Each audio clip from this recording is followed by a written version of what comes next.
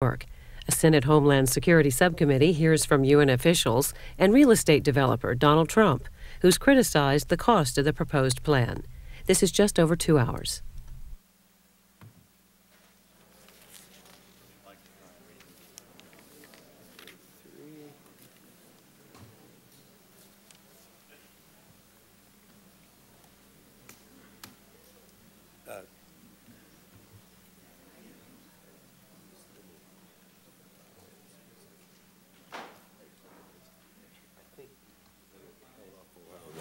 Federal Financial Oversight Committee will come to order. The topic of this hearing is one that many people are interested in. There is not a debate on whether or not there needs to be structural repair and reform and remodeling of the UN headquarters.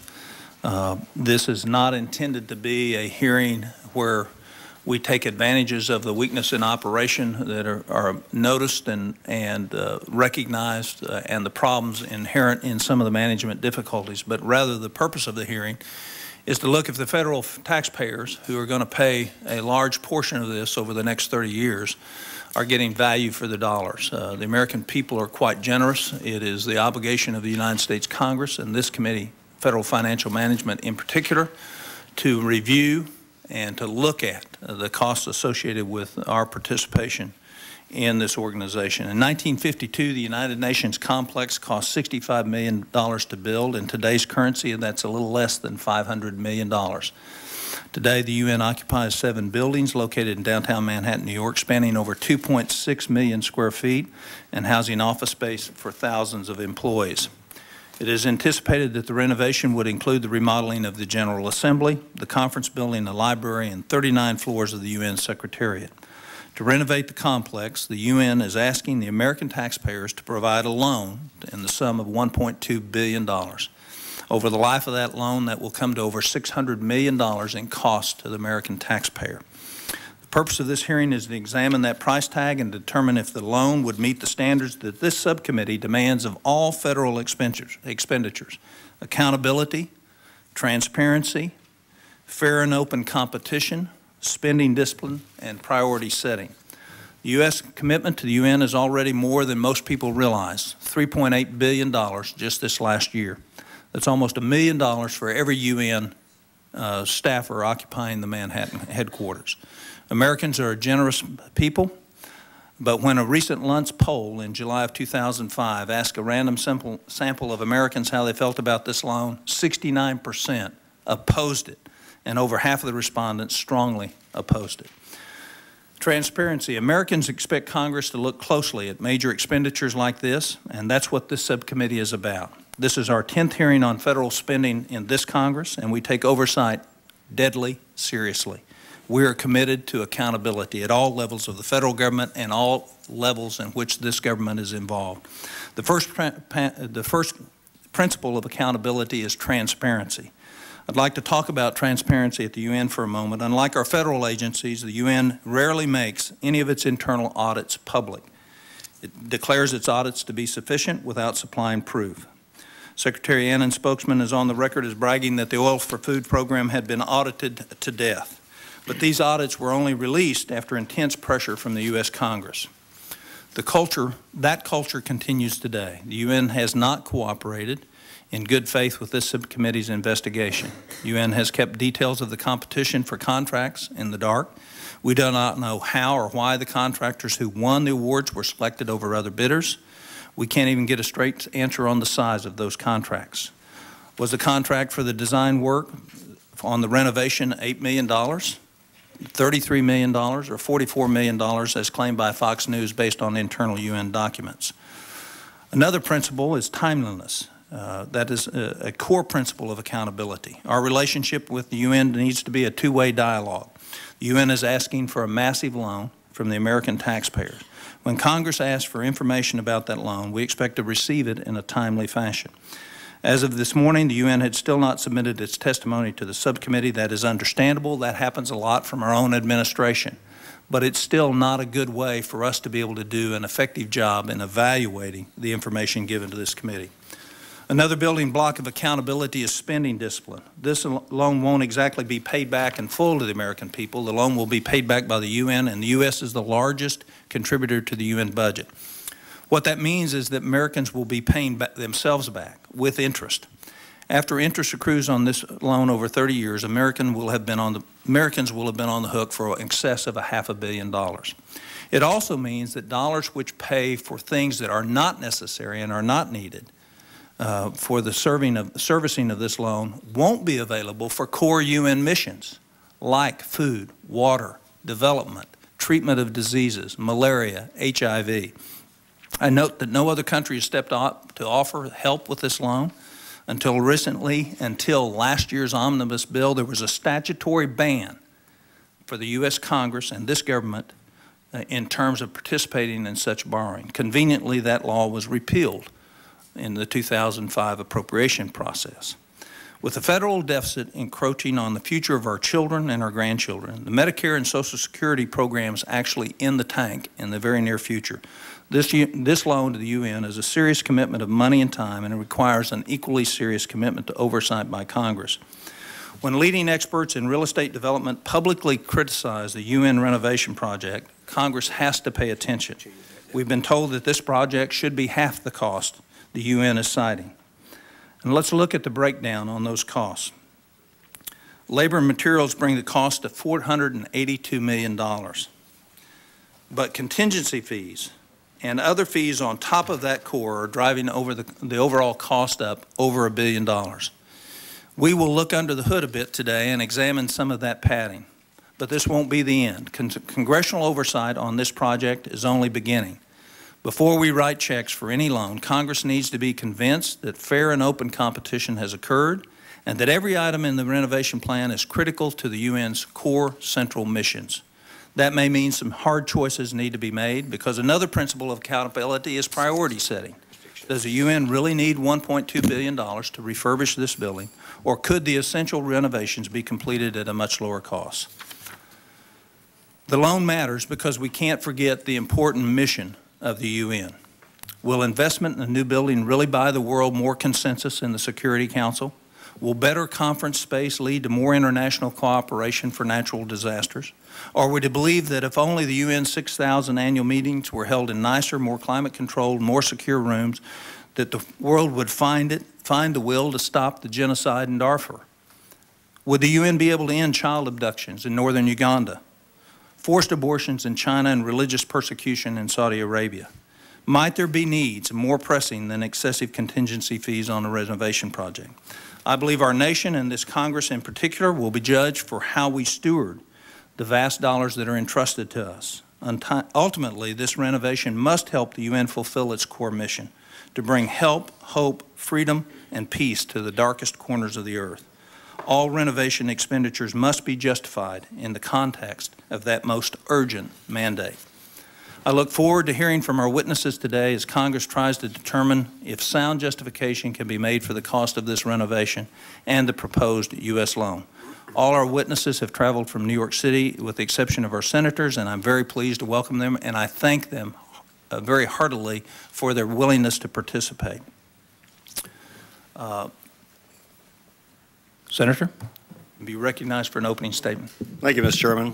Thank you for holding this hearing. I commend you for the discipline you're imposing on this process and for your oversight. I couldn't agree with you more. It's important to make sure that every dollar that's asked of the American taxpayer is well expended.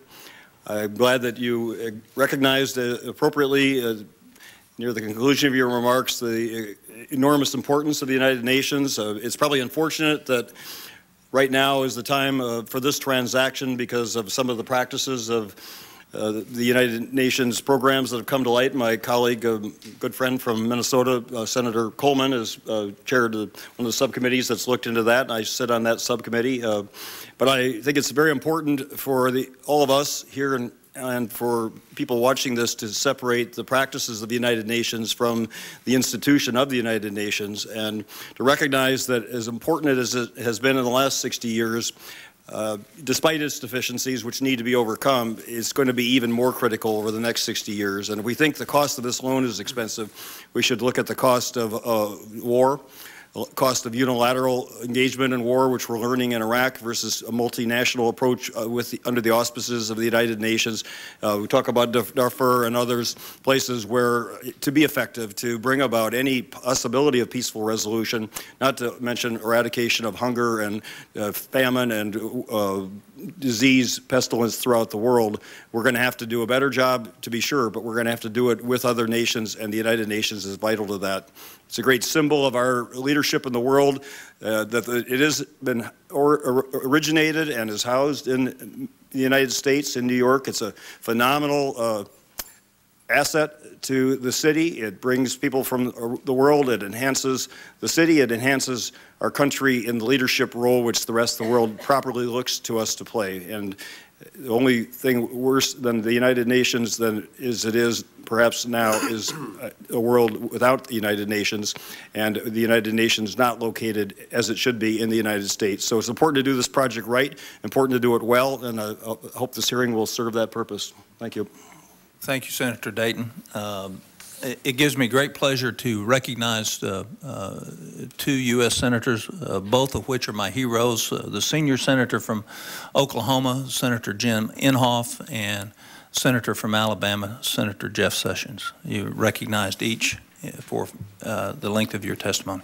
And whichever would like to go first is fine with me. I defer to our senior senator, distinguished chairman of the APW committee. You did not say senior citizen.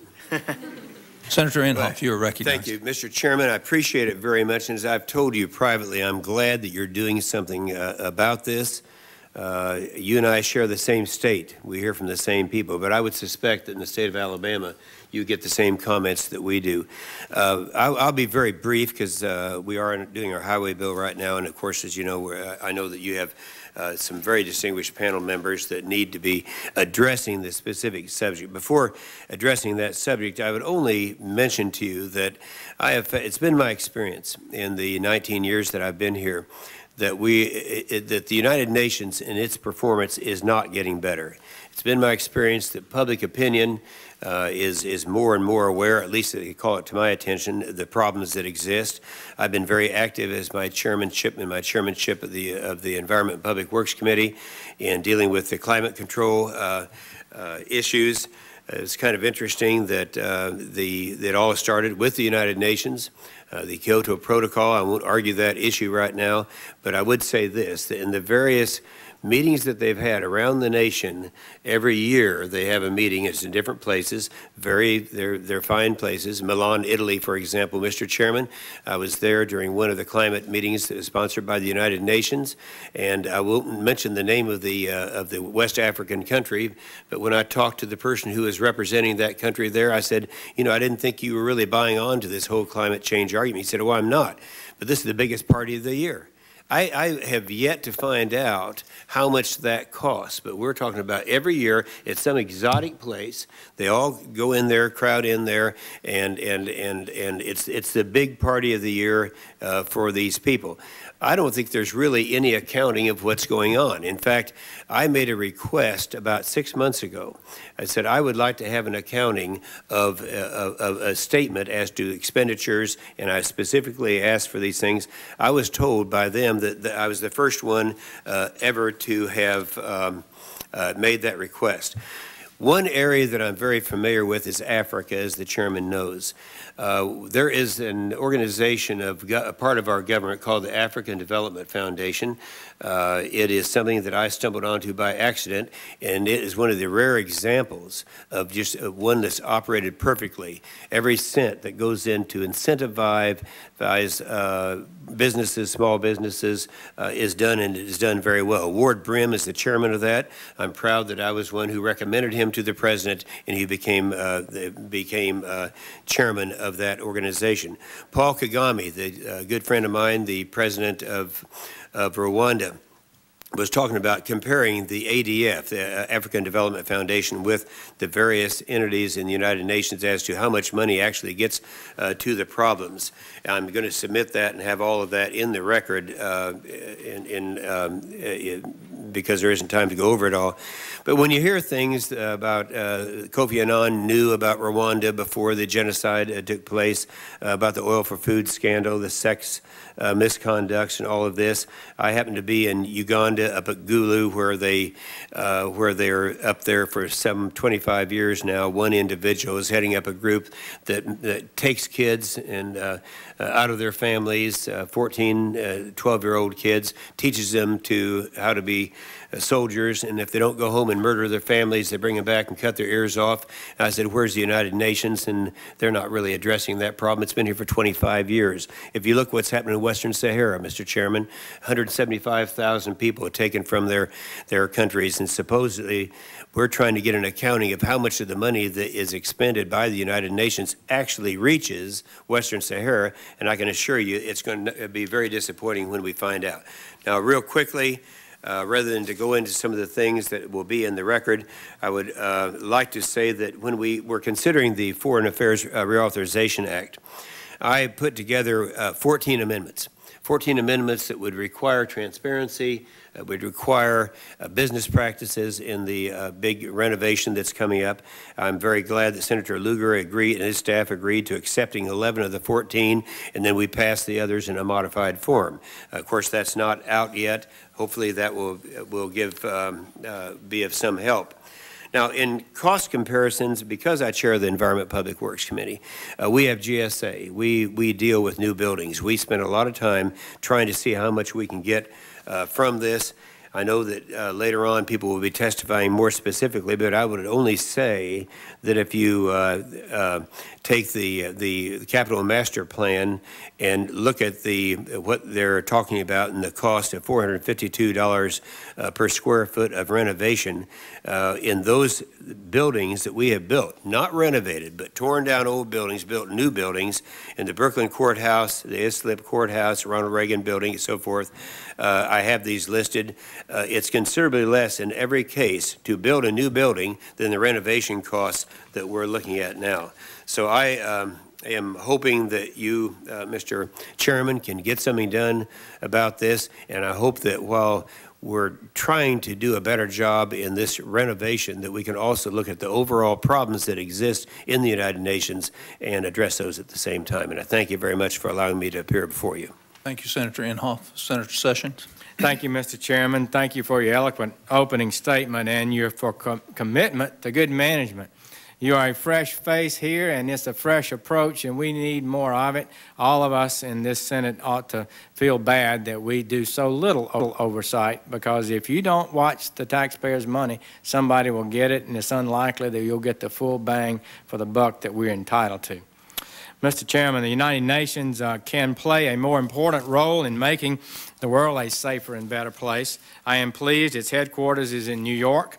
I do not dispute the fact that the UN building is in need of renovation and do not oppose its renovation in principle, nor do I oppose the United States making a loan at a fair rate for that purpose.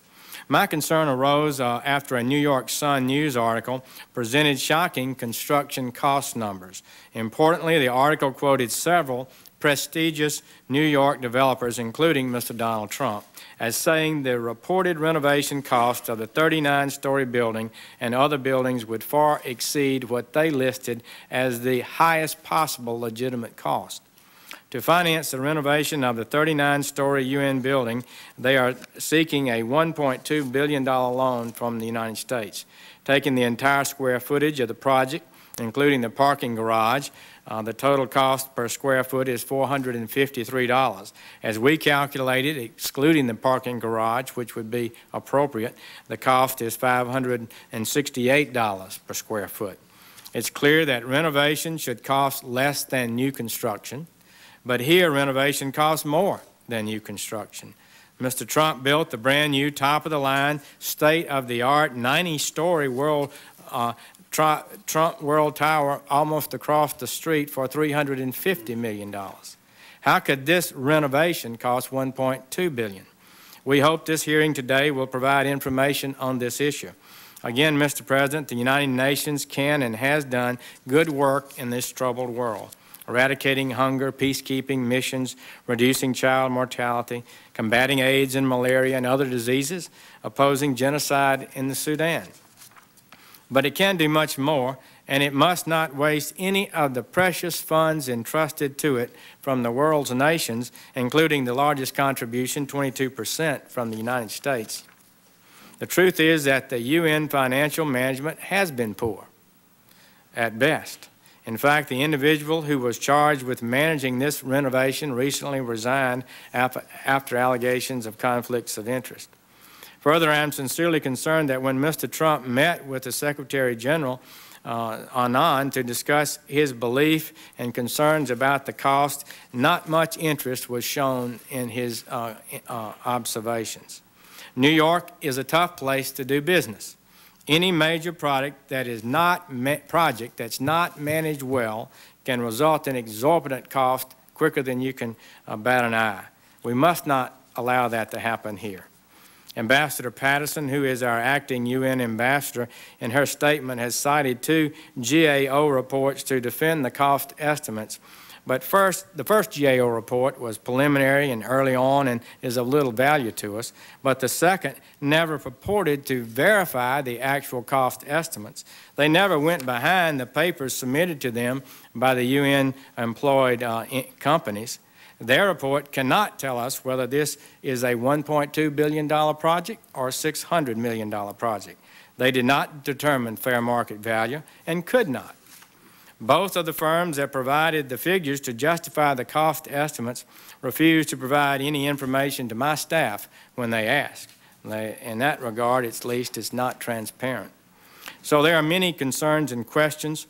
The world's nations who support the UN are entitled to know this will be a well-managed project and that one that does not waste one dime and on the sweets for high officials that could be saved to help the poor, the ill, and the oppressed. Mr. Chairman, thanks for holding this hearing. Every dollar saved can save lives around the world. Since the renovation is to be financed by a United States loan, and since we are the host country, the United States does have a special responsibility to ensure that our distinguished guests are getting top dollar and not taken to the cleaners. I hope this hearing will make sure that happens. Thank you, Mr. Chairman. Thank you, Senator Sessions. Senator Dayton, do you have any questions of our esteemed colleagues? Thank both for their initiatives, their leadership. As Senator Inhofe, thank you for mentioning a good Minnesotan friend of mine, Ward Brem, the African Development Foundation. Your sponsorship of him was outstanding. Thank you both. I would invite you both to be a part of the dais, and without objection, your additional comments and materials will be made a part of the record. Thank you. And I believe Ambassador Peterson would like to have Mr. Burnham go ahead of her, and we would be happy to honor that. And to do that, we need to recess the hearing because under UN protocol, they do not testify before Congress, but will give us an advisory briefing. And with that, I would like to introduce to you, when I find my script, Mr. Christopher Burnham. I want to say at the outset, I have a lot of confidence in the leadership of President Bush in placing him in this position. He recognizes the significant problems that lie within the UN in terms of financial management, transparency, priority setting, and accountability. And I am disappointed I didn't get to actually go through your testimony prior to this hearing because it was not made available to me until about an hour and 40 minutes ago. Nevertheless, I look forward to your briefing for us and would hope that you would entertain some questions from that. His title is the new Undersecretary for General Management. Prior to this position, Mr. Burnham was acting Undersecretary of the United States Department of State for Management. Mr. Burnham, you would be recognized, and please give us your briefing. Mr. Chairman, thank you very much. I do apologize that the testimony was not up here sooner. I wrote it myself. As you point out, the President recommended me for this position, although Kofi Annan selected me for this position.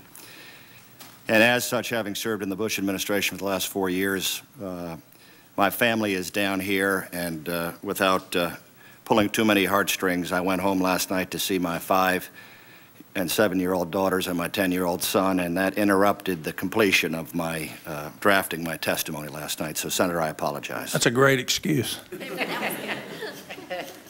It's better than the ones I get from the administration. Thank you.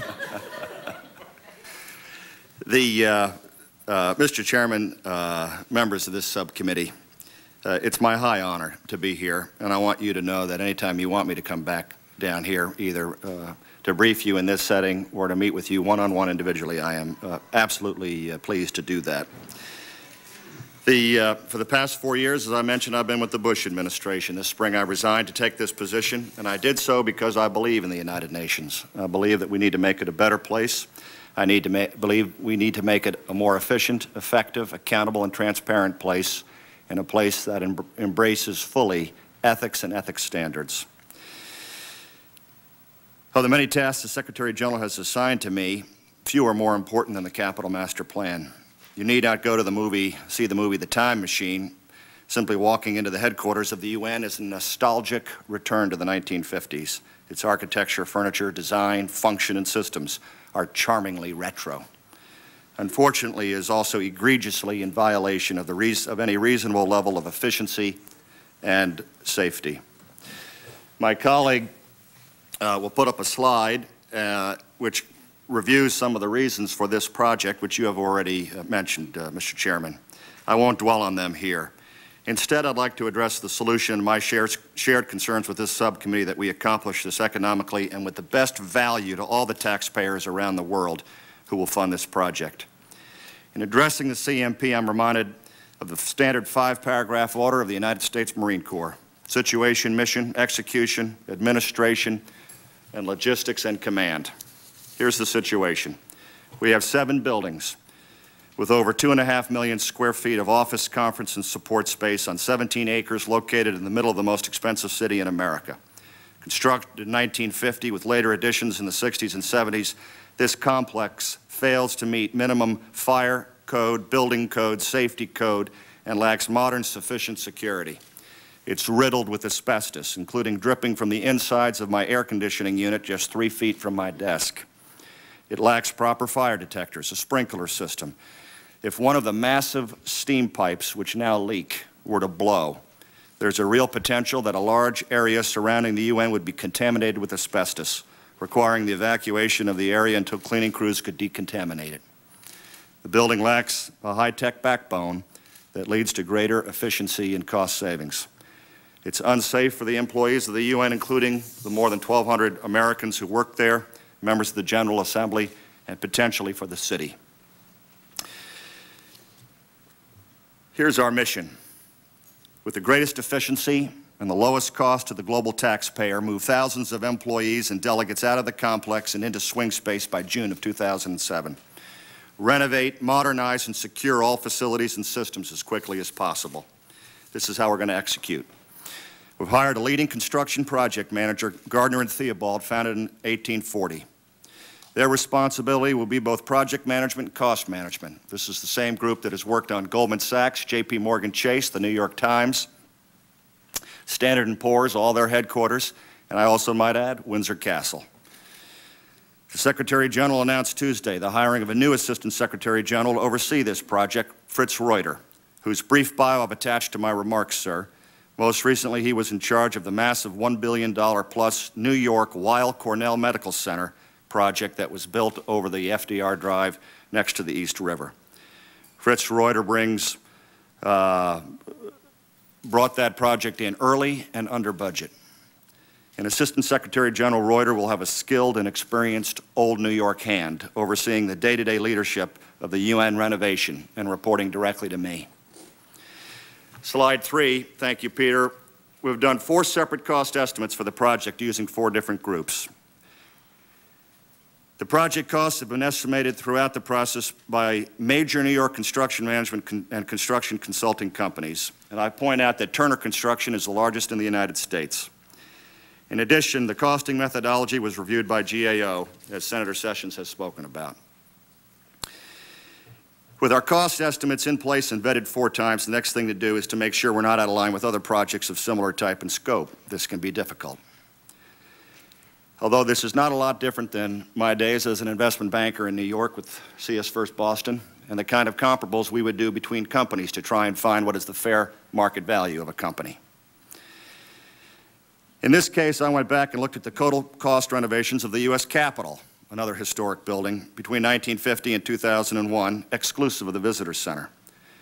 Although it's more than $1.3 billion in 1950s, 60s, and 70 dollars, not today dollars, it's quite difficult to compare this renovation project to the UN on a per square foot basis.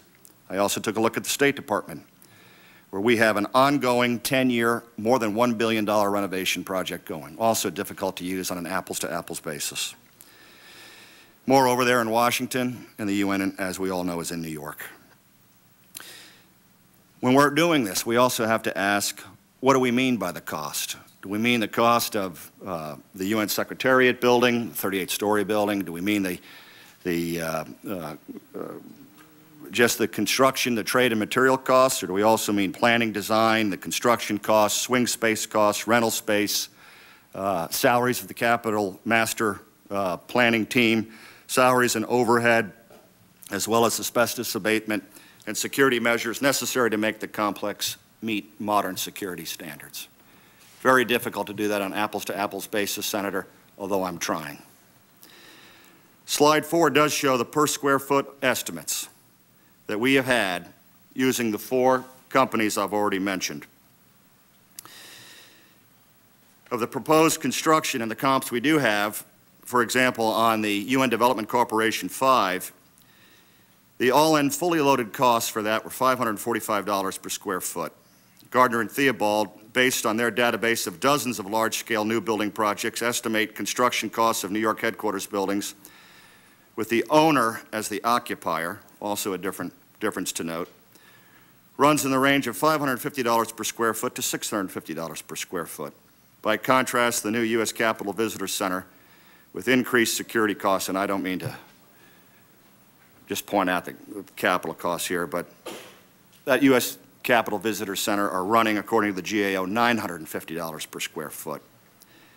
The new U.S. mission to the UN, we demolished the building just a few months ago and are constructing a new 140,000 plus building. The building cost of that building, the new mission to the UN, will be $600 a square foot. And if you include the cost of swing space, as well as the demolition costs, it's more than $910 a square foot. Senator Sessions already said that we have, and I respect that, sir, that we have $365 per square foot. And I'll tell you what I'm going to do tomorrow, or tonight when I get back up to New York. I'm going to take a look at those per square foot costs, and we're going to figure out whether or not it's appropriate to include the garage in there, sir. And I'll come back to you personally with if there's any issue there. And I promise you, as not only a former chief financial officer, former chief executive officer of a Wall Street firm, as well as a state treasurer and a former member of an appropriations committee, we're going to find out what those true numbers are, sir.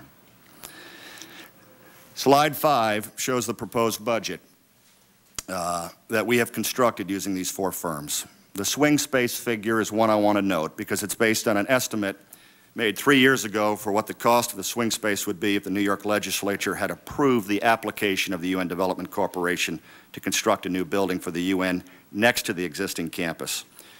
First to be used as swing space and then as consolidation space from other buildings that we now currently occupy around Midtown Manhattan. This number, $96 million, is based on an old estimate because the UN will not have the advantage of using the UNDC as a landlord for this. We are now going to have to rent commercial swing space in New York at market rates. So I anticipate this number will climb. Finally, slide 6 shows the full per square foot costs broken down by area. What do we need to get the job done? The United States has generously agreed to lend the United Nations the money for the project. I need this approved by the General Assembly at the United Nations this fall. We're going to move from the planning phase to the design phase that we are now in, and by August we expect to have these designs 60% complete, enough to begin seeking indications of interest from construction companies, culminating in a bid competition sometime in the fourth quarter of next year or early 2007. I expect to move out of the existing buildings no later than June 2007, and the renovation to begin shortly thereafter. While the plan is to currently be back in 2011, I've asked my team to accelerate this schedule and to shoot for 2010. How will we ensure command and control? I'm involved on a daily basis. 2 days ago, we hired one of the most accomplished project managers in New York, Mr. Fritz Reuter, to oversee our in-house team. I plan to create a high-level advisory board of experts on this type of project from the New York community, an example I have taken from the renovation and new construction efforts by New York Metropolitan Museum of Art. We've hired an external construction and cost manager, one of the most respected, and we've brought in other firms to validate our assumptions. We will continue to work with the GAO as they also opine on this critical renovation project. Mr. Chairman, like many of you, again, I served 6 years on my Connecticut House of Representatives Appropriations Committee. For the past 4 years, Chief Financial Officer of the United States Department of State. And I bring a passionate desire to make sure that our taxpayer money is not wasted. I intend never to drop my guard on this project, and you can rest assured I'm going to run a lean and efficient operation. Mr. Chairman, I'm absolutely honored and thrilled to answer any questions you or the committee may have. Thank you, Mr. Berman. First of all, your frame of reference is not one that's accepted by this committee in terms of how the U.S. government does it, because we know we're in a world of hurt. And the Capitol Visitor Center is the boondoggle of the century in this city in terms of its cost overruns, mismanagement, and inappropriate contracting and bidding. So using it as a frame of reference is you know, if that's what we're going to compare to, you're never going to be successful in New York City with that. I'm also reminded by staff, based on UN headquarters renovation and GAO document, this is a GAO document that said that the total cost for the new construction on the U.S. mission was $309 a square foot, not $600 a square foot by GAO's testimony to us. The other thing that it comes to mind with my thought is, why do you have to evacuate the building? Why can't you do it in a staged process? Why do you have to spend $100 million on leased space when, in fact, the Pentagon was redone by moving people around? The U.S. Senate Capitol buildings are redone by moving people around. You know, and asbestos abatement goes on here all the time. Lead paint abatement goes on here all the time. Why has the decision been made already that this project cannot be done in a sequential fashion? Thank you, Mr. Chairman. I, in fact, have asked that question, and I've asked whether or not it would be cheaper for us to do it in thirds. Not only because of what it would take in terms of less swing space I have to rent, but also whether or not it would be easier on the men and women who work at the United Nations. Based on that assessment, which I've done in the last 30 days, I do not want to spend years doing this. We've done this at the State Department. It's a 10-year project to renovate the State Department. They move out hallways, renovate it, move it back. State Department also has asbestos issues. These are concerns for the employees. It's morale issues for the employees. It's much easier just to take the skin off that building, to take the asbestos out, to, I'm speaking now of the Secretariat, to renovate it and to move everybody back in. As far as the General Assembly is concerned and others, we are working very diligently to do those as quickly as possible as well. So your testimony is that's not necessarily an economic, but a management decision based on what's best for the organization. Well, I believe it would be both of those, because there's an acceleration to costs as you lengthen a project from 3 or 4 years to 10 years. Has an economic model been looked at? Is it $100 million? And again, I want to go back. If it's only $60 million additional cost and extent, that's $40 million that can go to treat HIV around the world. Absolutely. We can cure malaria in Africa with $40 million in terms of treatment nets and spraying. I mean, there are a lot of things that $40 million can do, and so that kind of decision is paramount in terms of how the dollars are spent. Yes, sir. We've looked at that, whether or not the right decision is to do it in thirds or to do it all at once. I believe it's do it all at once, but I've been encouraged by others to review that, and I did review it. And on your encouragement today, sir, I will review it again, and I'll ask this question, whether or not we have fully vetted the management decisions versus the economic decisions on that, and I'd be happy to get back to you on that, sir. Thank you very much. Let me ask you just some very specific questions. How much is the UN in total already committed to this renovation project, which is outside the $1.2 billion figure? It's under $30 million currently. We were just authorized by the 5th Committee of the United Nations to spend an additional $25 million to finish the design project. So I believe the actual figure is $39 million. Do we have the total figure? I'll take it for the record, sir, but it's under $40 million. And can you account for Fox News's release of this $44 million in terms of being committed for design? That's the first we've heard of it today, sir. I'll have to peel the onion back on that one. All right, thank you.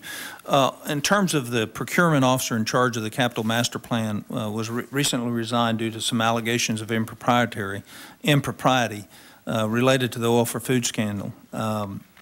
He oversaw the contract to Renato, the Italian design firm who did the renovation plan.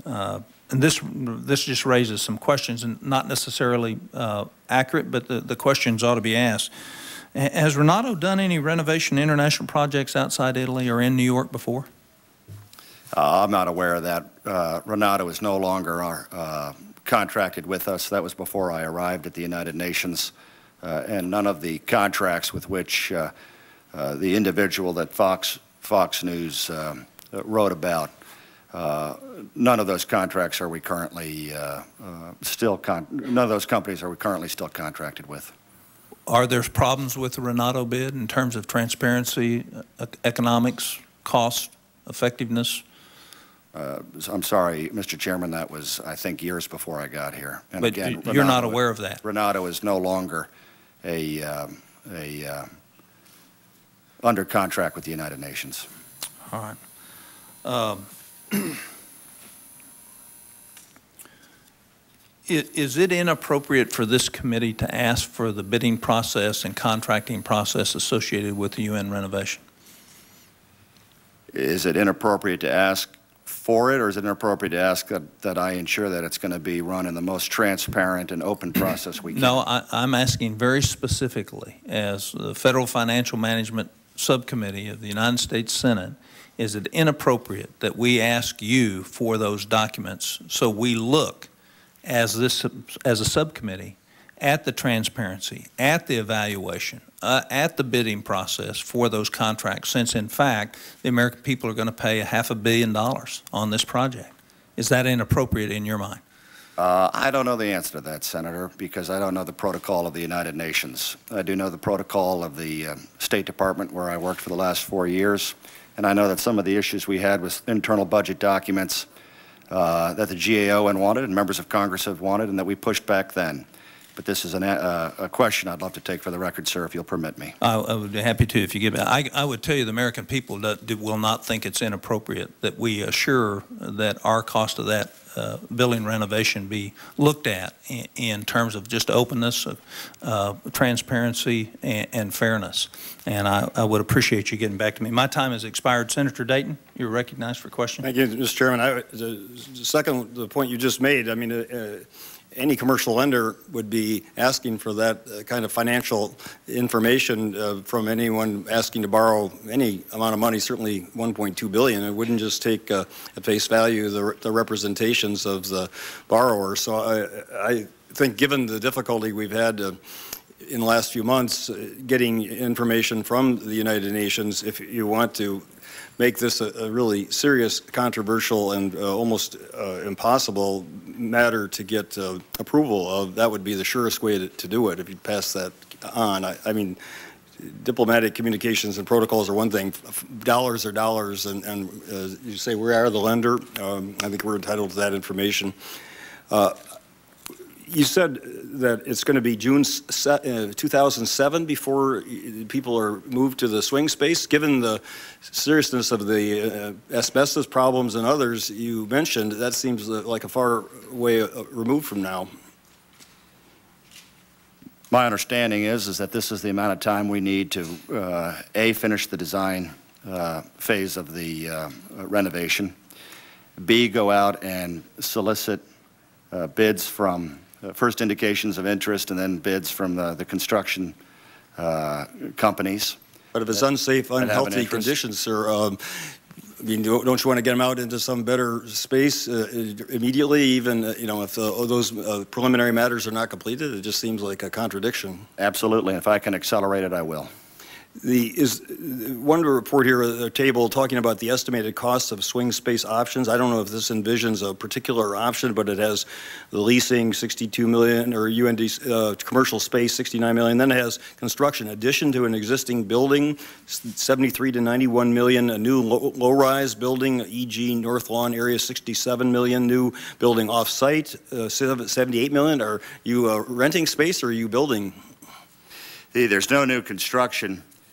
Within this, there will be some new features within the existing facilities, such as 2 or 3 or 4 conference rooms. And in addition, I have concerns about the library. I think that we can make better utilization of 125,000 square feet. I've raised this before in past issues associated with libraries' usage in the federal government. I'm not anti-library. I just think that using the internet and using new methodologies for managing library facilities, that we can condense that and reutilize that space for things perhaps that are more important to pursuing the mission of the United Nations. As such, we've hired a consultant who's an expert in libraries to advise us on how we can move forward on that. So this document I have before me, the United Nations General Assembly Capital Master Plan, page 17, that talks about construction costs as part of this swing space, that's outdated and not part of the present plan? I'd have to get clarification of exactly what you're speaking. There is no construction of swing space. There was originally planned construction of swing space known as DC-5, built by the United Nations Development Corporation, which was going to build a building 1 block south of the existing complex.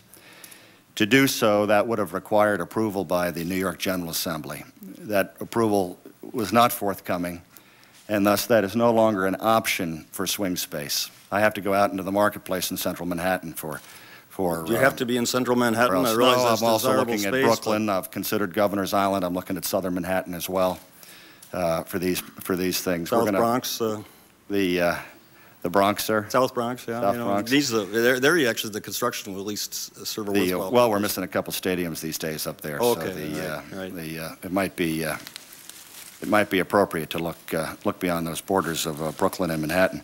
There may come a time when the New York General Assembly approves the UN Development Corporation to use that plot of land, that park known as Robert Moses Park just south of the UN, and to build on that plot, and to be able to, for the United Nations to consolidate space that we now rent out there in Manhattan, commercial space, and to consolidate our operations right there next door to the existing campus.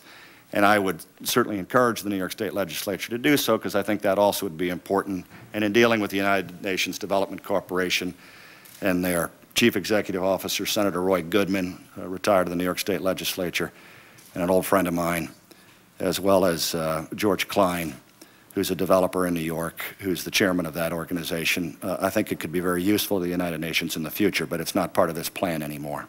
Well, I commend you for your public service. Anyone who would leave the private sector to take on the United States Congress and the New York Legislature deserves our thanks. And I wish you well with this project, as we will be overseeing it. Thank you, Senator. Thank you, Mr. Chairman. Thank you. Just a couple of comments before I recognize Senator Sessions. The scientific literature today shows that the cost per life saved on asbestos abatement is $1 billion per life saved in this country. It's an interesting phenomenon when if we spend $1 billion on breast cancer, we could save thousands of lives. And so as we use those things, it's important for us to recognize the price we pay for lack of scientific clarity in what we do. The other thing I wanted to make just a note of, Senator Dayton, is the swing space was not part of the $1.2 billion.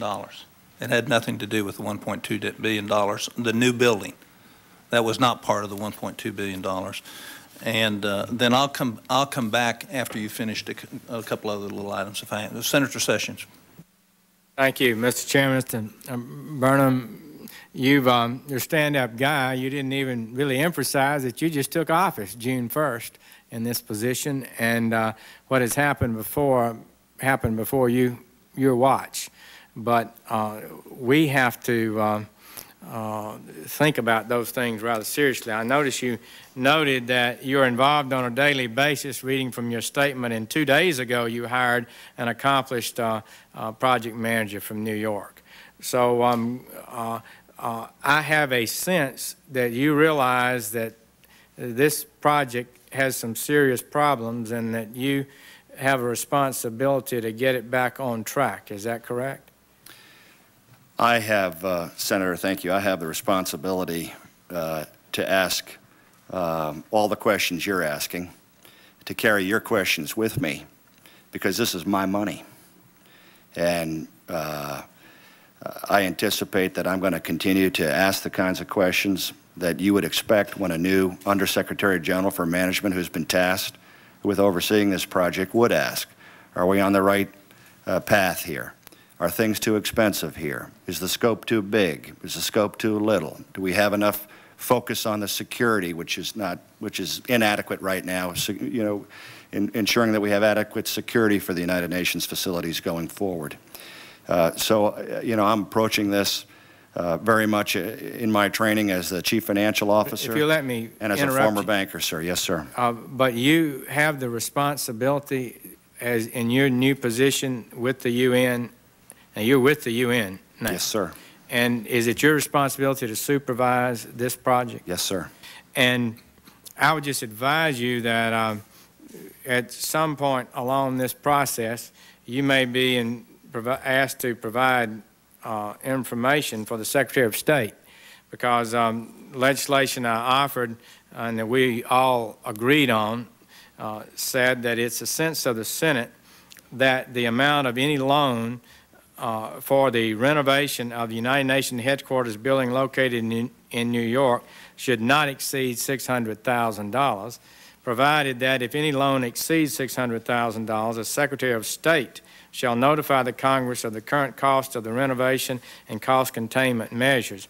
And in fact, to get more than that, she's going to have to certify that she has firmly convinced and has firm numbers to justify that extra cost.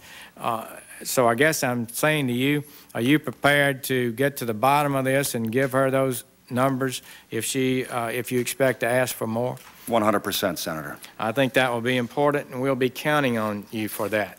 Also, I think I am concerned about the design firm, the architectural firm from Milan, Italy. Are you not aware now how much they've been paid and what their contract price is? Is that the Renato? Renato firm. Yeah, we no longer have a contract with Renato. That happened before I arrived at the United Nations. I've seen a figure for how much they received, a few $1 million, but we have in fact asked for a review of all those contracts. And we've asked for that review specifically because of the Fox News piece on the procurement officer who was involved with a piece of that. So I'm continuing to pursue that, but we do not currently have a contract with it, and I don't think we will going forward. Well, we've heard figures 7, 10, 15, $44 million to be paid to them. If they have a contract, they may be entitled to funds even if they've been terminated.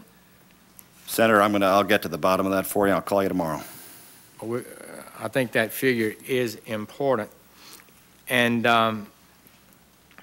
as I understand it, we're still using their cost figures for this project. Is that correct? I believe those are 1/4 of the cost estimates we have utilized. Yes, sir.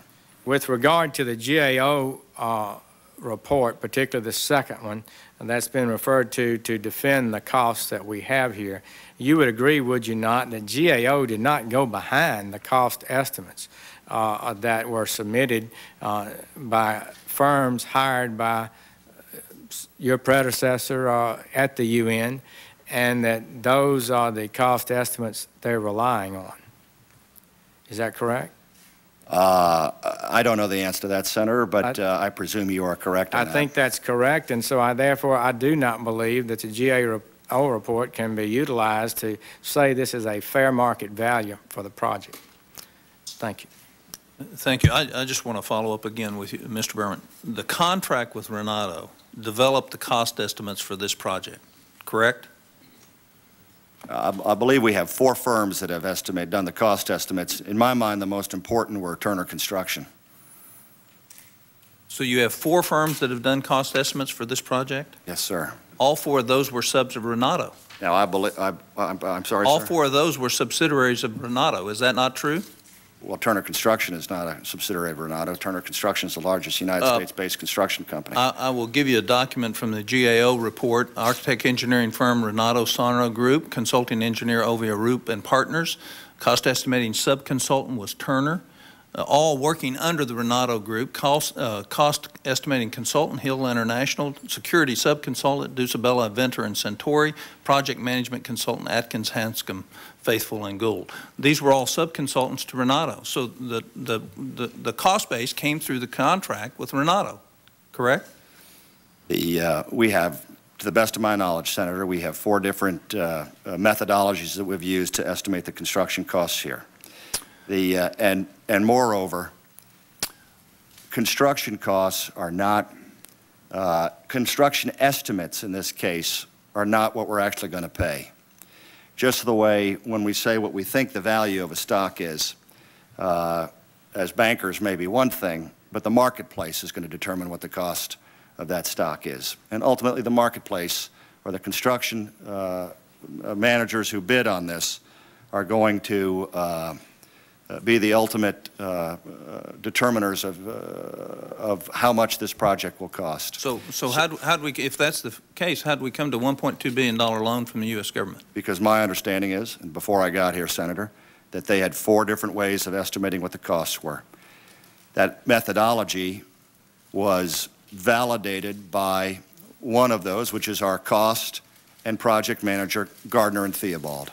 Okay. So we have taken some of the best and the brightest we have here. We've taken Turner Construction, we've taken Gardner and Theobald, we've come up with a cost estimate plan. Ultimately, what we have to do now is complete the design phase. When you go through the design phase, things can change, the scope can change, estimates can change. Once we accomplish that, we can then go out for indications of interest. If there are construction firms, and I want to assure you, I welcome anyone to bid on this project and to try and protect my American taxpayer dollars, which are 22% of this project, that if we can do this more inexpensively, and if there's a firm out there that can do it more inexpensively, because we have overestimated, or because Gardner and Theobald or Turner overestimated the cost of this project, then we'll know that. We'll know that when the bids come in, and we'll be able to choose the low bidder, and we'll be able to save the world taxpayer some money. Well, I want to go back to your $365 figure and make a note for us and those in the room, is that just represents 50% of the cost associated with this project, because 50% of the cost of this project is based on contingencies. Is that correct? I'll take your word for it, sir. Well, so if we look at it, so the $365 isn't an accurate figure of the total cost. It's more like $560 to $580 total cost. And so like you made a good point, which I think is valid, you got to compare apples to apples, and apples to apples is not $365. It's this chart right here. The apples to apples here's based on what GAO has given us and what you have given us, the actual labor and materials cost is $482 for a refurbished building. The design contingency is $72 a square foot. The general, actually those are dollars, not square foot. General conditions and all the rest as you go through that, you come up to the $1,049 million, and then you end up the scope of options that are associated with it. So I think it's important that if you divide the 2.6 million square feet into the total, you're talking about $580 per square foot. And the whole question of this hearing is can with your security needs and with the needs of the building shape that it's in today, could somebody else provide what you all need at a lower cost than $580 per square foot? Could somebody build you a brand new building with all your needs for less than $580 per square foot? And I think it's a legitimate question. Absolutely. And we ought to talk about what the real costs are per square foot, because it's not $365 per square foot, because you all have built in another $600 million in those costs for contingencies. So we can't use 385 when the real cost that and you say as scope may change, the price may go up and the market may go up. And so one of the criticisms that I've heard on the street of this project is $1.2 billion isn't going to be close to what it's going to cost. It's going to cost a whole lot more than that. And that's of some concern to this subcommittee as well, because whatever cost overrun is going to be there, ultimately we will pay through dues to the United Nations. I'd just like your comment on that. Senator, I am absolutely obligated to you to come back to this committee and to clarify an apples-to-apples comparison. I don't believe that at this time, with nearly 60% of the design done, and we'll reach that point, I believe, by late August, that it makes sense to try to go out there and estimate what the costs of this project are going to be going forward. If there are contingency costs in there, the contingency costs are in there because that is what I'm told is the best practice of how you do a renovation and construction project like this. All right. That's a good answer, because it's an honest and transparent answer, and I want to tell you I appreciate it. Senator Dayton, do you have other questions? Senator Sessions? Let me thank you so much for being here. You've committed to send us a couple of things. I want to just follow up one last thing, and that's on transparency. Do you believe that the UN has the right to keep its finances secret? No. Do member states have a right to know exactly how money is being spent by the UN? Will you work and dedicate in your office to make sure transparency is the #1 goal in the finances of the United Nations? Under the leadership of Colin Powell, and through Colin Powell, my work as Chief Financial Officer, David Walker awarded the United States Department of State this year the Transparency Award for all of federal government. Thank you. Just a few months ago. I carry this same mission to the United Nations. Thank you very much, Mr. Burnham. Sir. Thank you. Is this where we're going right here? The committee will reconvene back into hearing. I invite Ambassador Patterson to come and testify.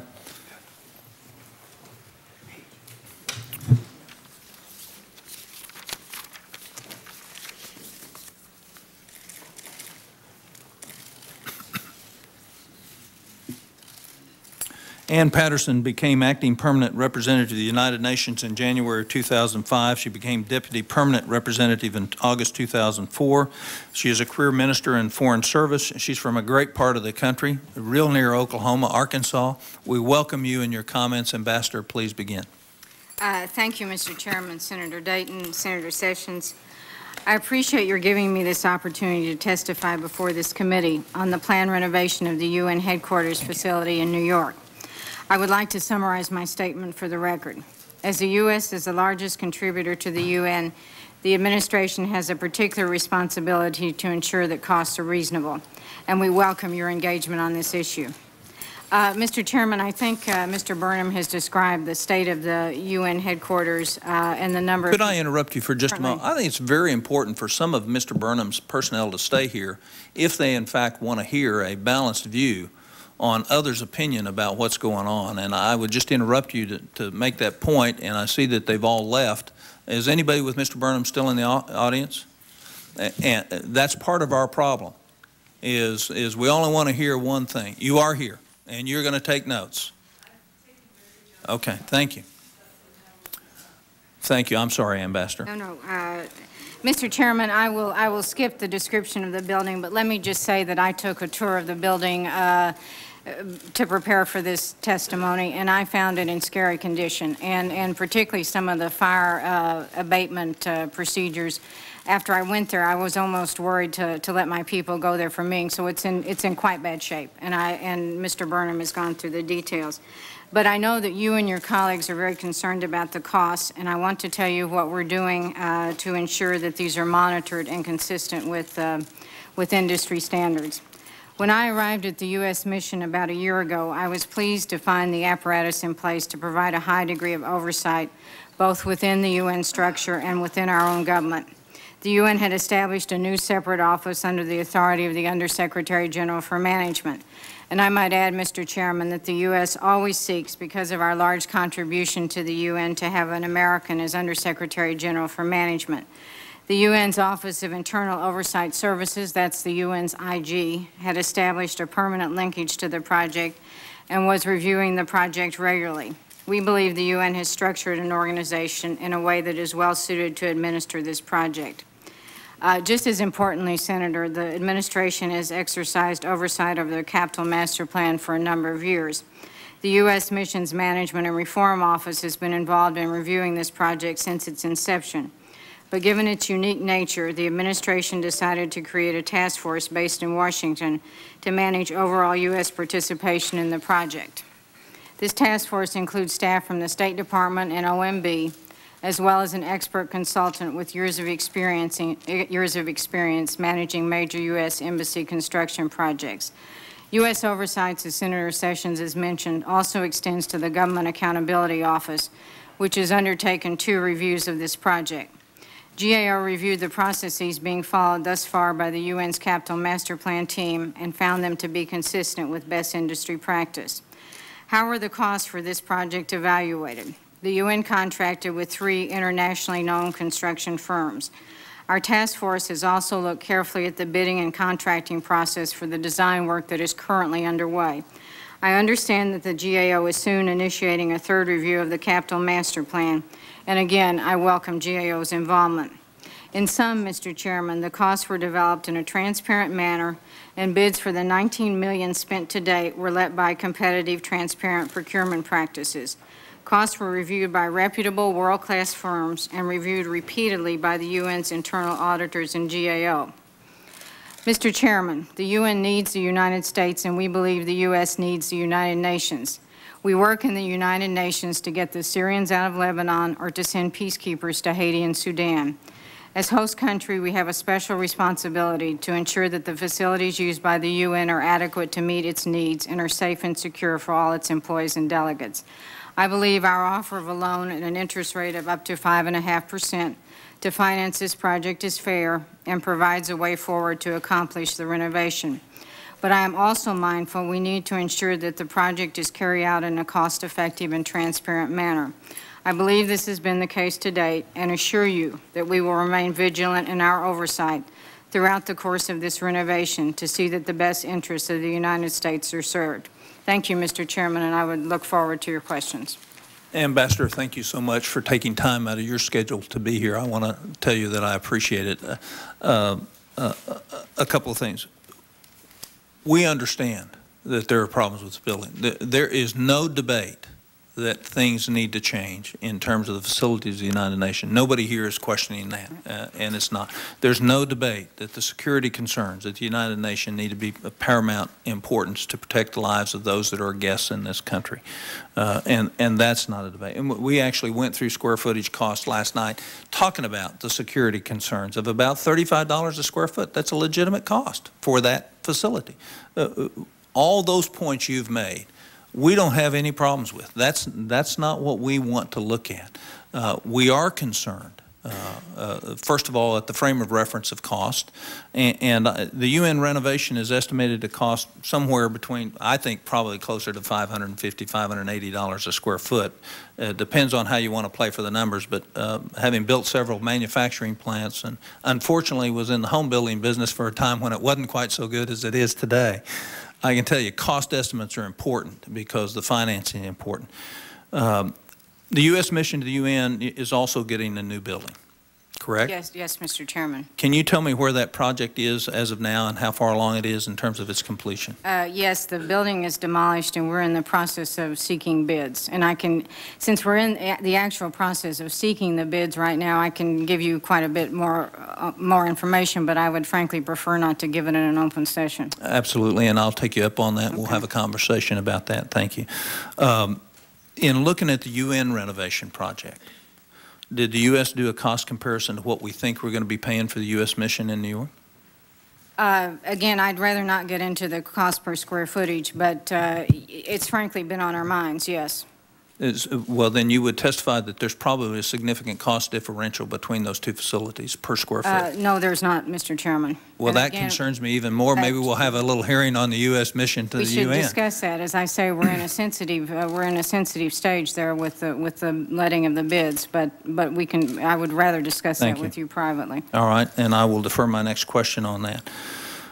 In your comments, you alluded to the GAO studies of the UN renovation projects. Isn't it true that the GAO studies did not look at the procurement contracts, nor did they conduct a cost analysis of the renovation project? Yes, Mr. Chairman, but let me sort of back up and start from scratch on the development of the cost. Renato Sarno was the Italian design firm that did the original cost. My understanding is that Turner Construction was a subcontractor. That's correct. And a world-class firm in estimating costs. They evaluated those. Hill Construction, or Hill International, came in later. That, too, is a world-class construction firm with thousands of employees and billions of dollars under contract. They estimated the cost, and now we have Gardner independently, and now we have Gardner Theobald, which is likewise a world-class firm, who has estimated the cost, and all these costs, these estimates were very close together. In addition, GAO examined the processes. There have been 2 internal audits by the IG of the UN, and their auditors are embedded with the project, and the Board of Auditors, which oversees the entire UN system, has also done an audit. So there have been a number of reviews and fail-safes, I think, built into this process that should give us a fair degree of confidence, and we'll remain vigilant that these cost estimates are within the ballpark. Are those audits available to the subcommittee? Absolutely. I think I have them in my bag. Wonderful. I thank you for that. But again, to make the point, GAO did not look at the procurement contracts, nor did they themselves do a cost analysis of the renovation project. They did not, Senator. Thank you. U.S. has offered to provide a $1.2 billion 30-year loan at 5.5% interest. What happens if interest rates go to 10%? Well, I guess that's the difficulty we run with any loan that we make at any time. I mean, most commercial loans, and this is close to the commercial rate we made at the time was close to the commercial rate. And it's a 30-year loan, interest only for 5 years, and then repayment over 30 years. And a subsidy cost to the American people by statute. The insurance of $6 million. Right. I think interest rates, frankly, Mr. Chairman, have been lower than we anticipated. So would that imply that there's some padding then in the cost estimate for the interest cost of this project? Well, no, I don't think. I think interest rates were lower than we anticipated. They've been below 5.5%. Yes. Okay. Thank you. Up until recently, U.S. law prohibited taxpayers' money being used to pay interest on any UN loan. Last year's omnibus appropriation bill, Fiscal 2, waived this prohibition at the request of the administration. Does the administration think it's generally a good idea to weaken a law that protects the American citizen from footing the interest costs of a UN loan? I don't know, Mr. Chairman, because I was not involved in that process. I can only speak to the fact that I think this is a worthy use of the taxpayers' money, a 30-year loan at basically a commercial rate. Well, let me clarify for you further what the law is. None of the funds appropriated through the appropriations to the United States available for United States contribution to an international organization for the United States share of interest costs made known to the United States government by such organizations for loans incurred on or after 1984 through external borrowings. And here's the change, except that such restriction shall not apply to loans to the United Nations for renovation of its headquarters. So we made a specific, separate exception for this project. Is that correct? Yes, and I think for two reasons. One, we didn't want to pay it directly out of assessments, that it would be more economic for us, as well as, and keep in mind, Mr. Chairman, that there are many other countries involved in this too who are worried about cost control. The Japanese pay almost 20% of this, and they've been very aggressive in seeking cost control on this project as well. But yes, for renovation, I think another factor too, Mr. Chairman, quite frankly, is that 90% of this money will be spent in the United States. Good point. We're going to employ people over it, but there are a lot of advantages and disadvantages, and we don't want the United Nations to go anywhere. We want them to stay in New York City. That's not what this debate about. But are the other countries contributing to the loan? In other words, is this a fractionated loan? Is Japan offering to cover $300 million of this? Well, no, the loan is from the United States, but the repayments will be in percentage to your assessments. We pay 22%, Japan pays 19.6%, Germany pays 8.7%. So these other countries just aren't exactly, they're not getting a free ride at our expense. They are contributing to this effort, and I think that the really special factor here, unlike some other loan that would be taken out for some other activity, is it's basically an American expenditure. Right. So I want to ask this last question for my grandchildren. So we're going to borrow the money to loan to them, right? We don't have the money, correct? Right. The United States, we got a $452 billion on-budget deficit. We got $7.9 trillion in debt. We got bankrupt Medicare, Social Security system. So we're going to go into the market, and we're going to borrow from the Japanese the money. And so we're going to hedge this. We're going to pay whatever the going rate is, which is going to rise over the next few years, and then we're going to loan it to the United States. So we're going to subsidize the loan at multiple points of interest rate over what projected interest rates are going to be in the future on short-term rates. So well, I guess that depends on what interest rates are. Actually, we thought they would go up, and they've gone down. So I don't think that's, I don't know what interest rates are going to do. But when we made this loan agreement, when it was put in the appropriations, 5.5% seemed like a reasonable rate of interest. Well, our longest maturity right now is about 10 years, and that's what the trading parameter is. It's at 4.2% today, yes. And it is projected to somewhat sneak higher. So the point is at best it's a wash. My point is we're not in the financial position to loan money to anybody. We're a net borrower, and I find it difficult for us to rationalize putting additional debt on our children when we're going to add $1.3 trillion to their debt this year. And you don't have to answer that. That's an example. I do want to answer that, okay, Senator, because let me make a point about the project. I think the other option was basically coming up with the money out of our current poor fiscal situation. In other words, we would have to come up with an assessment, because as Senator Dayton mentioned, this is really an urgent project for a lot of reasons, not to mention the safety and security issues that are so much on our minds. So we would have had to come up with $144 million, which was our estimated cost in '06. We're not budgeted for it. Given our severe financial situation, I think people thought it was easier to finance with a long-term loan. So it's not just the UN and the member states, it's also our own inability to come up with this on an assessed basis in the short run. And the longer we delay, Senator, the more the cost will go up. I mean, people in New York tell us that construction costs are rising very rapidly. I understand. Thank you very much. Senator Dayton.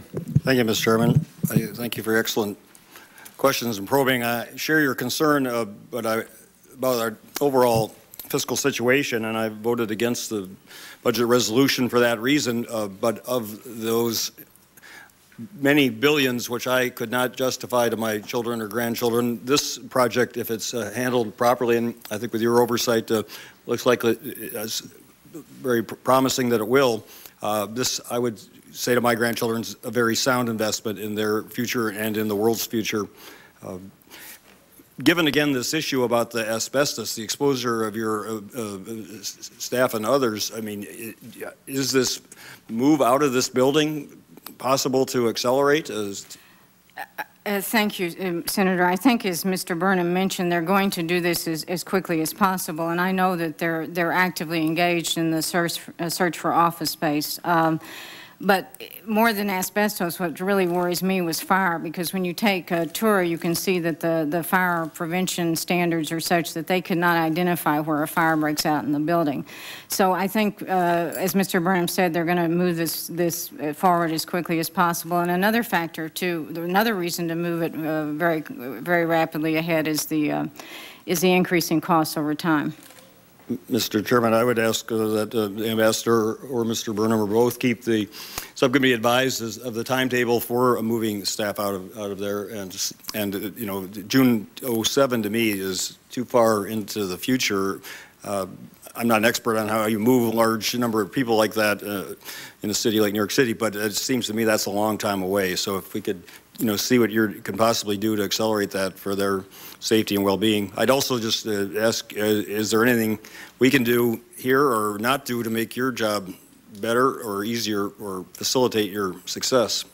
Well, thank you very much, Senator Dayton. I think we'll be happy to keep you advised, and I would urge you to come up. That's always useful. We've had many of your colleagues there. They take a tour of the facilities, they see for themselves, and you can also see the work that the UN does in the Security Council and humanitarian issues on a broad range of other issues. I taught public school in New York City for 2 years on the Lower East Side out of college. I've seen my share of New York's fire traps, right. But thank you anyway. Is there anything that we can do, though? I mean, that's sincerely no, thank you for your, assist. We welcome the attention of this committee to monitor this project. It's always a help when you engage with the UN committee structure and with other nations. Well, I thank you for the service you're rendering to our country and your post. Thank you. Thank you, Mr. Chairman. Thank you. Senator Sessions. Ambassador, have you personally, I assume you haven't, but have you ever personally developed and managed the construction of a major project in a metropolitan area? Certainly not, Senator. That's not your or my expertise for sure. And I know you've relied on this GAO report and cited it as the project is being, quote, subject to in-depth on-site reviews by the Government Accountability Office. But have you read that report carefully? Yes, sir. Isn't it true that GAO did not look at the actual numbers of the project, but really the process that these numbers are developed, and did not go behind those numbers to see if they represented actual competitive fair market value costs for construction? Yes, Senator Sessions, that's what auditors do, and that's what they did in this case. So they're just auditing the thing, and so to really say that tells you what a fair market value is not correct. That's just what they're just repeating what the firm hired by Renato told. No, and I didn't mean to imply that. What I was trying to say, Senator Sessions, in my reply to Senator Coburn, was that the process of development involved multiple firms and multiple world-class firms who evaluated these costs and took a second pair of eyes and a third pair of eyes and a fourth pair of eyes on these costs. It was audited repeatedly by not only the GAO but also internal auditors. Oh, audited. You know, I'm not sure what audited means.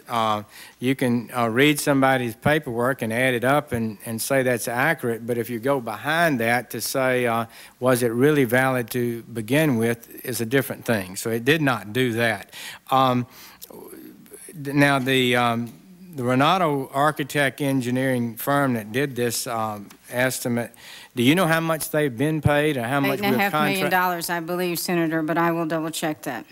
And you know what their contract, what about this $40 million? I'm unfamiliar with that figure, but I will check on this figure, but my recollection is that Renato Sarno was paid $8.5 million, and the Turner firm that validated the cost was a subcontractor to Renato Sarno. Did they get additional funds? I don't know, Senator, but we can check on that, but it's about $8.5 million.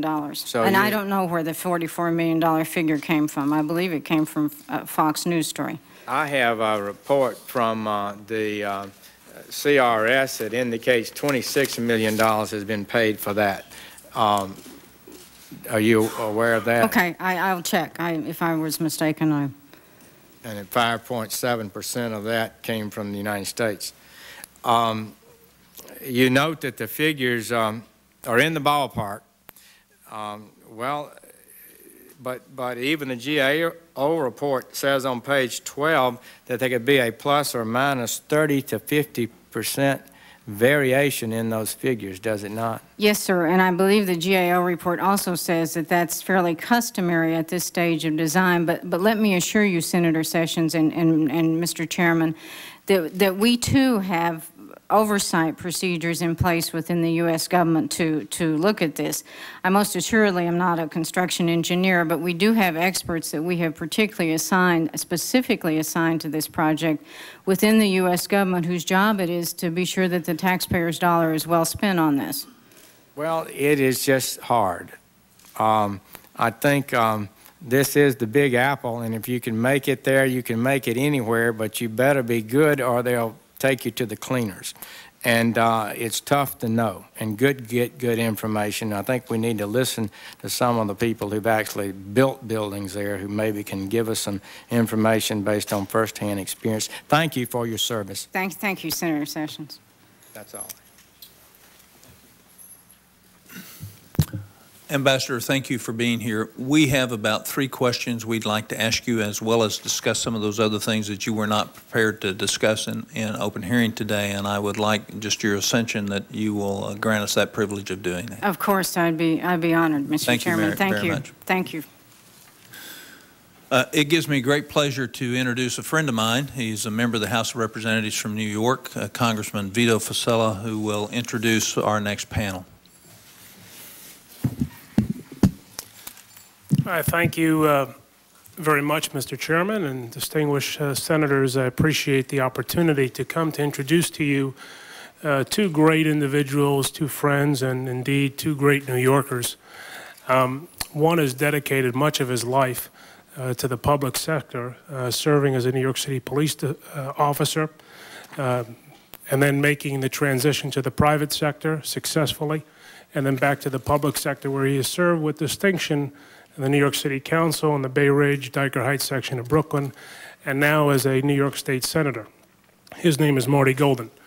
The other has a reputation, and a good reputation at that, for being a successful, urbane businessman, but above all, he's I think, a great American and a great New Yorker. And the one thing that both Donald Trump and Senator Marty Golden have in common is that they believe in New York City. They believe it's the greatest city in the world, and they are great Americans. And in this case, they believe that, and they share my view, that the United Nations can play a positive role in this world, and it should remain in New York City, but it also has an obligation to the United States taxpayer to be accountable, transparent, and when it does what it does, it should do so with the highest degree of responsibility to all of us. So, Mr. Chairman, I want to thank all of you for convening this very important hearing, for shedding light on what I think is an important matter, not just in New York, but across the country. And allow me to introduce to you my good friends, Marty Golden and Donald Trump. Thank you.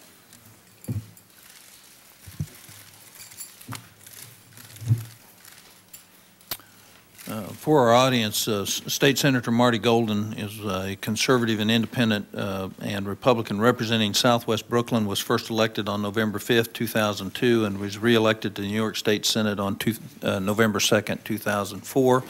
Mr. Trump is a world-renowned real estate developer, entrepreneur, author, now television producer and star of the reality show, The Apprentice. You know, there's something I want to say here, but I dare not say it. State Senator Golden, if you would, keep your remarks to 5 minutes. We have read your testimony, appreciate your heart. I would also remind, our whole purpose is about what the UN is doing with this building. All of us have some strong feelings about the UN, but I would like for us to focus our attention on the process here of what we're directing to, and not all the other problems that we all are aware of at the UN.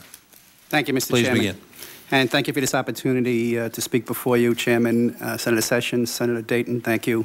Also part of the subcommittee and invited guest. I am the New York State Senator Martin J. Golden from Brooklyn. And on behalf of the State Senate Majority and Senator Joseph Bruno, Majority Leader, I want to thank you for this opportunity here to testify and explain to the subcommittee members my efforts to put a stop to a crucial piece of the New York State Legislature necessary for the United Nations planned renovation and expansion. Typically, a New York State Senator rarely engages in issues of international organizations.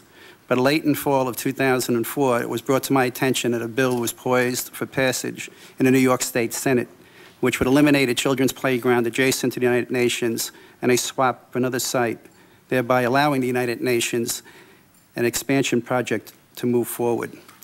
Land swap deals that improve public space and fairly commonplace in New York State because they have community support, and in some instances, municipalities are required to get approval for that legislation. Supporters of that bill believe that and continue viability of the United Nations site is important to the City of New York, the state, and to the world community. The intent of the bill is to foster an appropriate planning process with due deference and need to the local community for parks and historic preservation. I agree with the continued vitality of the United Nations site is important to the City of New York, the state, and to the world community. But I objected to rewarding the United Nations with taxpayer dollars and the privilege of expanding in New York because of its mismanaged and deeply troubled organization. United Nations leadership is responsible for the organizational mismanagement, and for the blame falls squarely on the shoulders of Secretary General Kofi Annan and his failure to implement a standard of accountability and transparency. And you've heard that here today on several of the people that have testified. Everything just seems to be in a mismatch. There is nothing that has been vetted. Everything seems to be out there. Nobody seems to be able to pinpoint a dollar figure. And you've pointed it out very well, Senator Colburn. This is going to impact our children for many, many years to come. Under Mr. Anan's, under Kofi Annan's tenure, he presided over the shameful Oil for Food program and what appears to be the largest dollar-for-dollar humanitarian scandal in world history. I simply could not trust the United Nations under Kofi Annan's leadership with taxpayer dollars and will not support this legislation to allow the privilege of expanding the United Nations in New York. I believe that Mr. Kofi Annan's office should have been more forthcoming in the inquiries of the Senate sessions, Senator Sessions and Senator Coleman, and you, sir, Senator Colburn, as well as the inquiries for other senators about the United Nations renovation and the expansion project.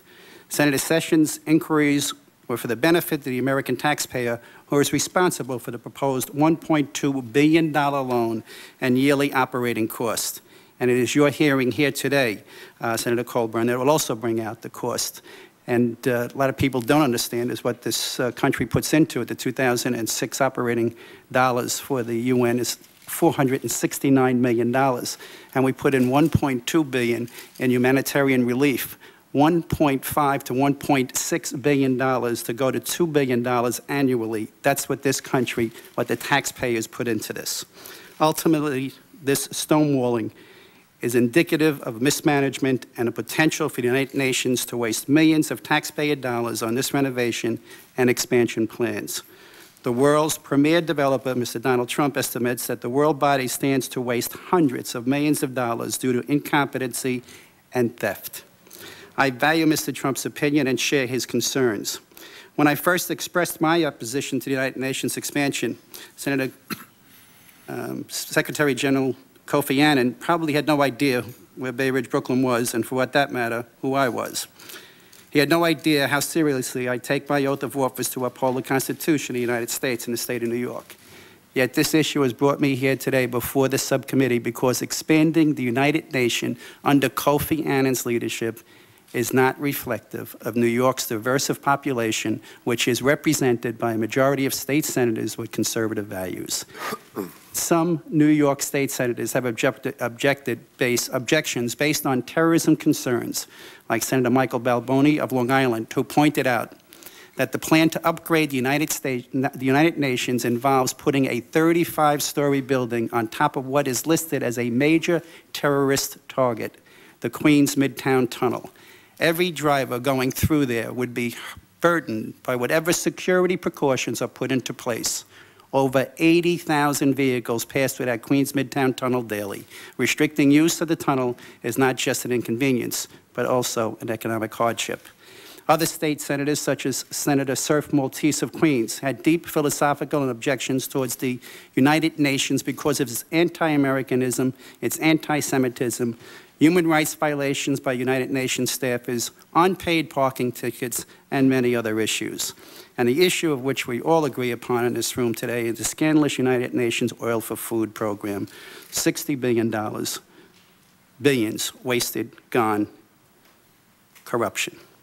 My opposition and the amount of the negative publicity associated with getting this bill passed in the New York State Senate set off an intense lobbying effort. Despite intense lobbying efforts, I told the people supporting New York State Senate passage of the legislation that my request is simple. Kofi Annan must resign and the standard of accountability and transparency be instituted before I will support this bill. The resignation of Kofi Annan would be the beginning of a systematic change to the management and oversight of the United Nations. I understand that the United Nations generates tax revenues and adds to the international appeal of the City of New York. However, in my opinion, I firmly believe that the United Nations will remain in New York City despite my staunch opposition to state legislation. Kofi Annan's leadership, the use of taxpayer dollars, and my philosophical objections towards the United Nations will not stop the United Nations from staying here. In my heart, I know that I made the right decision for the people in my Senate district, the city, the state, the New York, and to the future children of this that are going to pay this debt here in America. The debt will just continue to mount. The money that this nation will put into the UN will continue to mount. We need an institution that is capable of managing itself. And we've heard testimony here today that tells you it can't manage a simple project of building a building in Manhattan. Why would we want to pour hundreds of millions and billions into that facility, into that organization, without accountability and transparency, and so it can be effective? Thank you, Senator Colburn, Senator Sessions, Senator Dayton. Thank you, Senator Golden. Just a little housekeeping chore. I want to thank Mr. Burnham's staff for returning. I appreciate your willingness to listen to the other viewpoints. Now we would like to hear from you, Mr. Trump. We, first of all, appreciate that you would take time out of your schedule to come down here. I think it's an important area. We recognize your success in the very areas that we're talking about and look forward to hearing what you have to say about, number one, your opinions, but also what you've heard here today. Well, thank you very much, Mr. Chairman and members of the subcommittee. It's a great honor to have been invited, and if I can lend a hand, I would certainly love to do so. I have to start by saying I'm a big fan, a very big fan of the United Nations and all it stands for. I can't speak as to what's been happening over the last number of years because it certainly hasn't been good. But the concept of the United Nations and the fact that the United Nations is in New York is very important to me and very important to the world as far as I am concerned. So I am a big fan, such a fan, in fact, that at great expense I built a building across the street. It's the tallest apartment house in the world. It's been a tremendously successful building, sold out, and I'm very proud of it. And if the United Nations weren't there, perhaps I wouldn't have built it in that location. So it means quite a bit to me. My involvement with the United Nations began with a letter which I will give to the committee from the ambassador to the United Nations from Sweden. And it's a long letter and a very beautifully written letter. And essentially, he read an article about the success of Trump World Tower, which is the building that I can show you right here.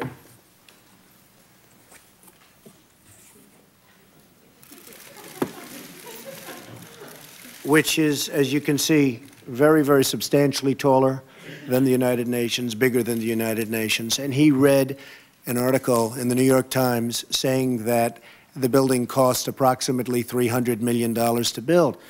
So he wrote me a letter and ultimately called me and said, is it possible that that building cost $300 million? Because it just seems so much bigger and so much better and so much more expensive and so much more luxurious. And how could you have done that for $300 million when at that time, Senator, they were talking about $1.5 billion to renovate the United Nations, and this was around December of 2000. And I said, well, there's only two reasons, either gross incompetence or something far worse than that. And you know what the something is, and that's corruption. Because there's absolutely no way that that building could have cost $1.5 billion to build. And I did a chart, and I looked at other buildings, and I heard the numbers today, and I'm very impressed with Mr. Burnham, but Mr. Burnham, it's not his business. Mr. Burnham is in a different business. And the man he hired, who has done some work, I guess, has just been on the payroll for 2 days. So perhaps he'll be a great genius, and he'll bring down the cost to what it should be, which I think is about $700 million tops, and that's complete. But I did a little chart, and I looked at buildings that were comparable that I built, and I looked at fees also, architectural fees. The architectural fee for this building, and you have to understand a residential luxury building is far more complex than an open-floor office building to build. It's much more. You have many more bathrooms, you have many more kitchens, you have many more rooms. It's more complex. Office building is essentially open space with subdividers. So I looked at it, and I added up some of my costs, and for Trump World Tower, across the street, built not long ago, I spent approximately $258 a foot. It's the tallest building, tallest residential building in the world. $258.32 a foot. I have 871,000 feet. It costs $225 million to build. Now, anybody that says that a building of renovation is more expensive than building a new building doesn't know the business, because you have a frame built, you have your foundations built, you have in many cases elevators that can be reutilized in their entirety but fixed. You have many, many components that can be used, and it only costs a fool more money. I did the Grand Hyatt Hotel from the old Commodore Hotel. I did Trump International Hotel and Tower from the old Gulf and Western building at 1 Central Park West, if you remember. I did the Trump Park Avenue building from the Delmonico Hotel. I love doing renovation because it costs you half. It doesn't cost you more, it costs you less, if you know what you're doing. Now, if you don't know what you're doing, it can be fraught with cost overruns, et cetera, et cetera. So I looked at a couple of other buildings. 40 Wall Street is a building which is unfortunately and sadly now the tallest building in downtown Manhattan, sadly because the World Trade Center came down. It replaced 40 Wall Street. It was actually the tallest building in the world for a period of 1 year, and then superseded by the Chrysler Building and then the Empire State Building. But downtown Manhattan, it was superseded by the World Trade Center. So 40 Wall Street's approximately 72 stories tall. It was a complete gut renovation, identical to what you're doing. We put all brand new windows, brand new everything in it. And I have a renovation cost of, let's say, $100 a foot if you add everything. And that would mean that your job would cost somewhere in the neighborhood of half the number that you're talking about, and even less. The way I look at it, the number that they're talking about, and I agree with Senator Sessions, is close to $600 or $700 a foot. They're not adding garages. And by the way, garages are very inexpensive to renovate, so that brings the number way down. They're not adding a lot of things that have to be added.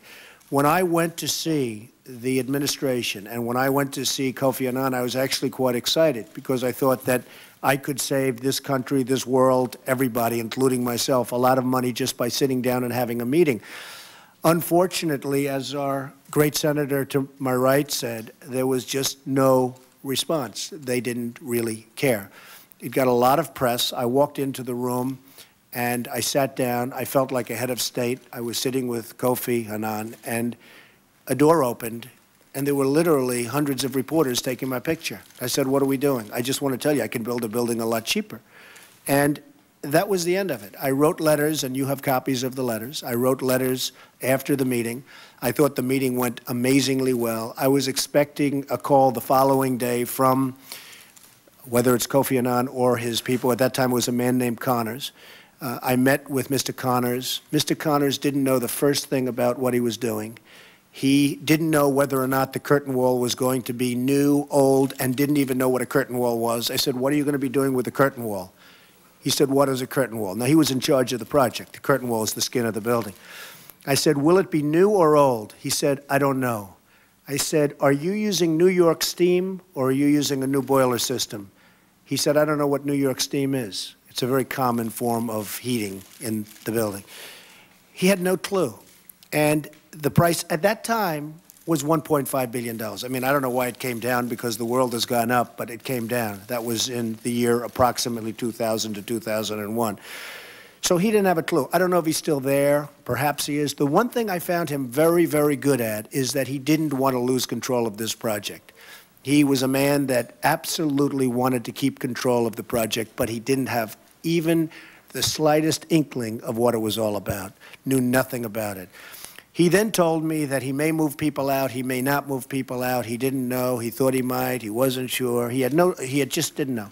So I went through a whole list of questions for him, and then I realized that the United Nations is in serious trouble because the $1.5 billion that they were talking about, there was no way it was going to happen for that. And I say today that the $1.2 billion, which they brought down, even though it's basically the same work, and even though things have gotten more expensive, so I don't know why they brought it down, because I don't think they brought it down for any particular reason. But the $1.2 billion, in my opinion, I'll be sitting here in 3 years, and I'll be saying, and I'm going to predict that it'll cost over $3 billion, because they just don't know. I was very impressed with Mr. Burnham, but again, you have to deal in New York City construction to see what tough people are all about, to see what tough contractors are all about. And if you haven't done it, you're going to go to school, and they're just going to take you to lunch, and you're just not going to even know what happened. So this project at $1.2 billion will cost, in my opinion, $3 billion. In my own opinion, however, in my real opinion, it should cost approximately $700 million. I've been listening to a couple of different things. Number one, swing space. I don't think you need swing space. First of all, what landlord in New York is going to rent space for a year and a half or 2 years? Who's going to do that? You're going to give up a building for a year and a half or 2 years and say, oh, good, you just go in, mess up my building for a short term, and then move out. Nobody's going to do that unless they're totally desperate. And you don't have to be desperate in New York. It's the hottest real estate market in the world today, probably. And I'm saying, where are they going to find this space to start off with? It's going to be a disaster. And if you know New York City landlords, and some of you do, there is no worse human being on earth, okay? They are going to have more fun with these folks from the United Nations when it comes to signing that lease.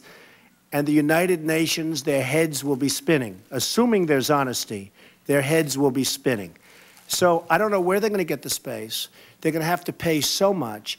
And no landlord's going to fix the space. I mean, you know, I'm listening to these people that are very naive, and I respect them, but they're very naive in this world. Now, I might be naive in their world, but in this world, they're naive. To think that they're going to go into a building and rent hundreds and hundreds of thousands of feet of space, if they can find such a building, and I don't know of any building like that, and then they're not going to have to pay for the renovation of that space and fixing up the space for a couple of years. Now, people do that, but they sign 25- and 30-year leases. I don't mind going into an office building and fixing up space, but I sign a 30-year lease or a 20-year lease or at least a 15-year lease. These people are going to sign a 1- or a 2-year lease. It's ridiculous. So the concept of swing space, in my opinion, doesn't work from an economic, and the number of $98 million is a joke, because that number will be hundreds and hundreds of millions of dollars in just the renovation cost alone. One of the things that I had mentioned to Kofi Annan and the whole group when I was at the meeting was that there is no reason to move anybody out. In New York City, we have a lot of asbestos buildings, and there's a whole debate about asbestos. I mean, a lot of people could say that if the World Trade Center had asbestos, it wouldn't have burned down, it wouldn't have melted, okay? A lot of people think asbestos, a lot of people in my industry think asbestos is the greatest fireproofing material ever made. And I can tell you that I've seen tests of asbestos versus the new material that's being used, and it's not even it's like a heavyweight champion against a lightweight from high school. But in your great wisdom, you folks have said asbestos is a horrible material, so it has to be removed. Space is constantly being renovated. Asbestos is constantly being gotten rid of with tenants in possession. You sit there, they wrap it, they conceal it, They do it, many professional firms. They move the asbestos. Estee Lauder's company, they did it while they were in possession. I could name 100 tenants where it's been done while they sit in their offices, literally working. Sometimes it's done over weekends. Sometimes it's done at a little different time. They take sections of offices and they do it, and the people move from that section to another section, and they're inconvenienced for a day and a half, and then they rebuild the office. So the concept of moving to swing space, dealing with New York City landlords, is absolutely ridiculous. Absolutely ridiculous. Now, you can do the entire building. You can put new skin on the building. You can put new, see the piping, you don't have that much piping because the bathrooms are all centralized. You know, not every office has a bathroom. It's not like an apartment house. But you can do this entire building like I did the Grand Hyatt Hotel. I took the old Commodore Hotel and I made it into the Grand Hyatt Hotel on 42nd Street and Park Avenue. It was a great success. I did it with many buildings. I've done this with many buildings. But it's not necessary to have everybody leave the building in order to rebuild a building. And you don't have to necessarily even do it at one floor at a time. You can either fix the skin or put a new skin on the building. And what you do is you do the roof first and you seal it and you get a 30-year guarantee. You then bring, and what I do best in life is build. Even better than The Apprentice, I must say. The thing I do best is build.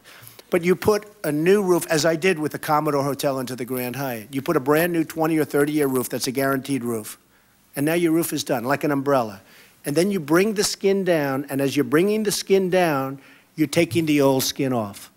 So by the time, and you literally have very little gap, very little space, but you're bringing the new skin down, and it's just, think of an umbrella. You're bringing the brand, and you should put new skin. This skin has been up there for many 60 years. It's over.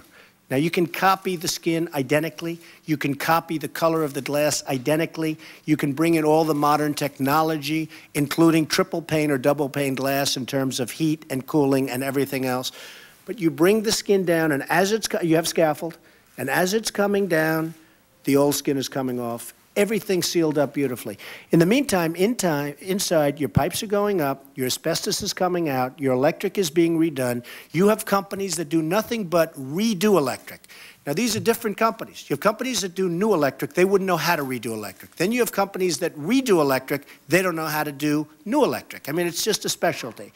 But you have special people that redo apartments, which are being renovated all the time with people in possession, that redo all sorts of buildings. I just built a building on Park Avenue and 59th Street. I had tenants in possession when I did it. I mean, I built a major building, essentially brand new, the old Delmonico Hotel, and I had people living in the building when I did a major $100 million job. It's a $200 million building. So the concept of moving to another location and getting everybody out of this building is absolutely asinine and will cost you so much money you're not even going to believe it, and then you're going to have to move in. Many other things. When I did the Wallman Rink, the city of New York was boggled down for a period of 7 years. They had spent $21 million. It was a tremendous embarrassment to the Koch administration, and I said, I'd like to take over the project. And they said, the New York Times came out with an editorial, the New York Post came out with a great editorial, and they said, let Trump do it. And finally, the city had let me do it. And I rebuilt, and believe me, I used nothing that was there before. Everything had to be gutted out because it was totally incompetently done. 7 years, $21 million. I redid it, and the senator remembers this very well, I guess. I redid it in 3 months for $1.8 million, and it opened, and I still run it today, and that was quite a while ago. This is no different, and in fact, in a certain way, this is even easier. All week long, you have tenants in New York renovating their space. You have buildings being renovated with what we call tenants in possession. I mean, they're tenants in possession. They're in possession of the space. Now, I listened to one thing, and I've seen one thing and one number that sticks out more than all of the rest. Because whether or not somebody doesn't know what New York steam is or what boilers are and whether or not they have boiler rooms, which the people at the United Nations didn't do. But the number of $44 million for an architect is one of the great numbers in the history. In fact, I think this man is a genius, whoever he may be, wherever he may be in Italy. I think he's a great genius. I would like to meet him. He is without question the richest architect in the world. And I listened as one person said, I think they only got $500,000. Another person said, I think they got $1 million, and then changed their mind, and it was $7.8 million. And then I listened to Senator Sessions, who actually did his homework, said they got paid $27 million because you were able to check the books. So they got paid $27 million. They haven't done anything. They don't even have plans. Nobody even knows what they're building, and they got paid $27 million. Now, I have respect for a lot of people, and I have great respect for architects, but I'm going to give you an example. The tallest residential building in the world, my architect got paid approximately $1.5 million. This architect got $44 million.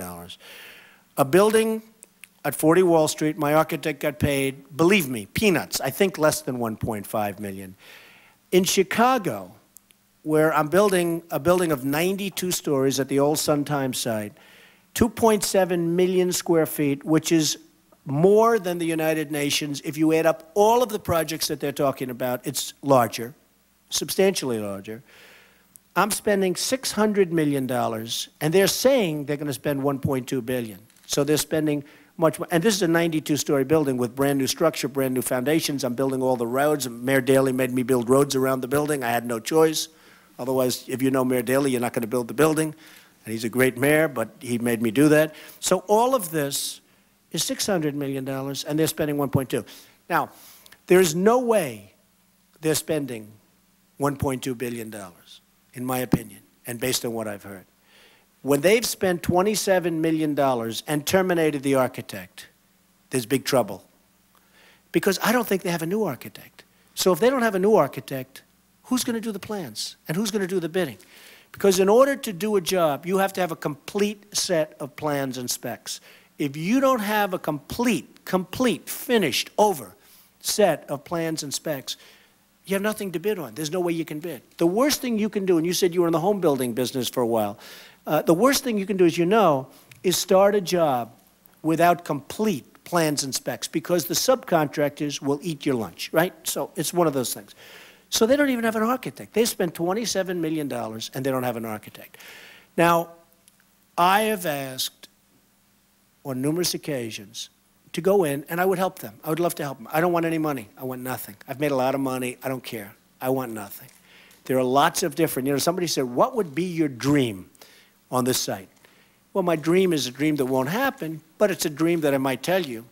It's a dream to take the United Nations, the senator over here is probably going to go crazy, move it to the World Trade Center as a brand new United Nations, sell the United Nations site, which is one of the greatest sites in the world, for much more money than the whole thing would cost, and you end up building a free United Nations at the World Trade Center, where I don't think anybody's going to want to stay anyway. I think it's going to be a very, very hard rent-up at the World Trade Center. But let's assume that's not going to happen. Not a bad idea, though. He's got no problem with it. Not too bad. He's got no problem. And most people don't have it. Most people on the top floor. Okay, I won't get into it. I didn't say that. But the fact is that the United Nations building, with all of its buildings, with its parking, should be completed, and I mean completed, at a cost of $700 million. And it's my opinion that it will not be completed for less than $3 to $3.5 billion. They don't know what they're getting into. And please remember this, as somebody that's probably built as much as anybody my age anywhere, I don't know of anybody that's built more, if you don't have a complete set of plans and specifications, there is no way you can build. And from what I understand, they don't even have an architect. One final point. They give you some nice firms, Turner and this one and Theobald and Gardner and Theobald and all. The fact is that I can take those same firms and tell them the way I want it built, and those same firms will come up with prices that are half the price that they're coming up with. They're being told what to do by people that don't know what they're doing. So if I take Turner Construction, which is fine, or if I take a couple of others, and by the way, when I say fine, fine, but Rolls-Royce, they spend money. But if I take a couple of those firms, and if I show them the right way to do it, and if I lead them down the right way, which is really what a good developer does, that number that they're coming up with will be cut in half. So that's it. Congratulations. You've got yourself a mess on your hands. And it's only going to get worse. Mr. Trump, thank you very much. Let me ask you a couple of questions. Your renovation cost per square foot on an average building, and let's say with asbestos decontamination, abatement, what is it, $100, $150? I think any professional. I was speaking to somebody very professional, Richard Lefrak, before. He said he just gave out an architectural contract on a 1-million-foot building for $1.5 million, okay? Not $44 million, 1.5. So it's the same size, you know, $1.5 million. I would say that if you, because of the United Nations in terms of security and some enhanced needs, okay, let's assume it's beyond even your normal high-grade office building, which it's really not. Essentially, it's an office building. But let's add something for security. I would think you should easily do it for $250 a foot, easily. And that means complete. That's not adding up all of this other stuff, which, by the way, was not given to you. You have many things listed on that board that weren't given to you. Right, right. And when you say $250 a square foot, that's in today's dollars. So if we wait 2 years, number one, there's going to be some price inflation in that, and they don't even have an architect, so how can they start sooner than that? First of all, to do a good set of plans and specs is going to take you a good year. So if you don't have an architect even hired yet because the last one ripped you off or did whatever he did, a guy is unbelievable. I mean, this guy, I want to meet him. I can learn from that guy. But so you have a man that got paid $27 million that you're not going to use. So now let's assume you have to start all over because no architect's going to take over somebody's plans in the middle of it. You just don't want to do that, okay? And the other thing is, how do you hire an architect from Italy? I love Italy. I love Italy. I love the Italians. How do you hire an Italian architect? What happens? Every time he wants to check the building, he gets on a plane and flies for 8.5 hours? Then he goes to the New York City building department and he doesn't even speak English? I mean, it's ridiculous. So what they have is, they really have a problem. And I don't see how they can even start. Now, if you put a developer like myself or like any one of 5 other people, and I can only think of 5, in charge of a job like that, you could have that job started immediately. You could have the asbestos removed with tenants in possession. You could have the entire building rebuilt in less than 2 years. You know, Kofi Annan asked me one question. At the time, and I'm only increasing it because of the fact that when I met him, it was 4 years ago, but at the time I said I could do it, I think, for $400 million versus their $1.5 billion. Slightly different number, right? He said, what would be the difference in the building? I said, the difference would be my building would be better, be much newer, much richer. I was putting in all brand new marble floors on the ground. I like marble. I was putting in all brand new marble floors. They have all broken up terrazzo floors. Under their plan, they were leaving these all broken floors. They're broken, old, and terrazzo is not exactly a great material. It's garbage. But I was putting in all brand new marble. I was putting in an all new curtain wall. They were going to fix their curtain wall. If you fix that curtain wall, it's a disaster. You have to put in a brand new curtain wall. You'll get another 50 years. If you fix it, it's not the answer. It's going to leak. It's going to be a problem. So he asked me the question, and I said the answer is it's going to be better. It will be brand new in its entirety. You won't have to move anybody out. You won't have to go and build. At that time, they were talking about, as you remember, building a new building to house the people, and they were going to put the building, and they were actually thinking about then ripping the building down. Okay, I said, that's a real beauty. But they don't know what they're doing, so here I am. So if the United Nations decides to go ahead on the track that they're going now and go out for a $1.2 billion contract, you going to go get that business? No, I'm not going to get it. First of all, they don't know what they want. They don't know what they have.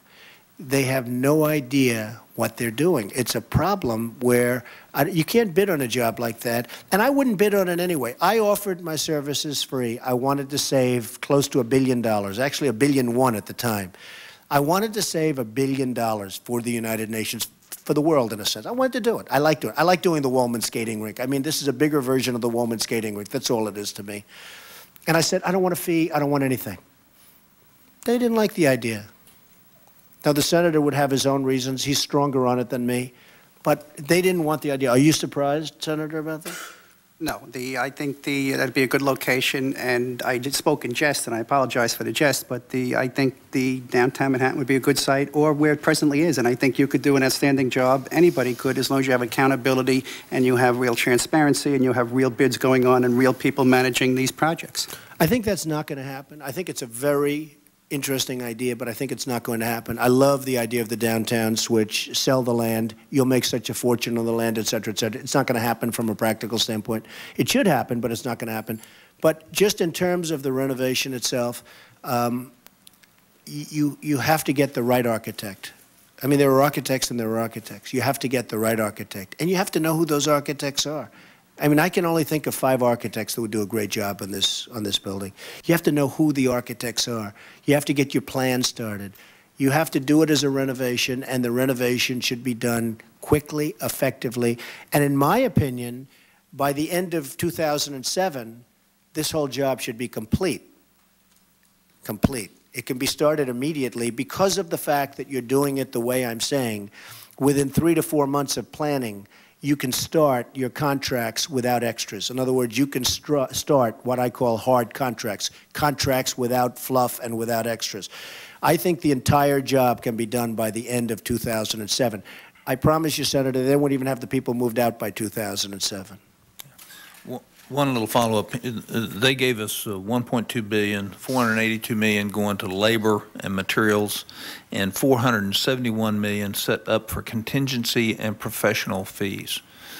Nobody's ever heard of such a number. In your experience, when you plan a project, what do you figure for a contingency fee? The whole thing, the cost overrun, right, liability, the whole work. What do you figure? Well, their contingency number was what, 400 and some odd million dollars? Yeah, it's 471 million. Craziest number I've ever heard. My building in Chicago is $600 million. I believe we have a $30 million contingency, and of the $30 million, if I use any more than 3 or 4, I'm going to be very angry at my people. That's a 92-story building. I have a $30 million contingency. And I don't expect to use it. I set aside $30 million. I expect that if I use more than $3 million, I'm going to be a very unhappy camper. Okay. To have a $400 and some odd million contingency is totally unheard of.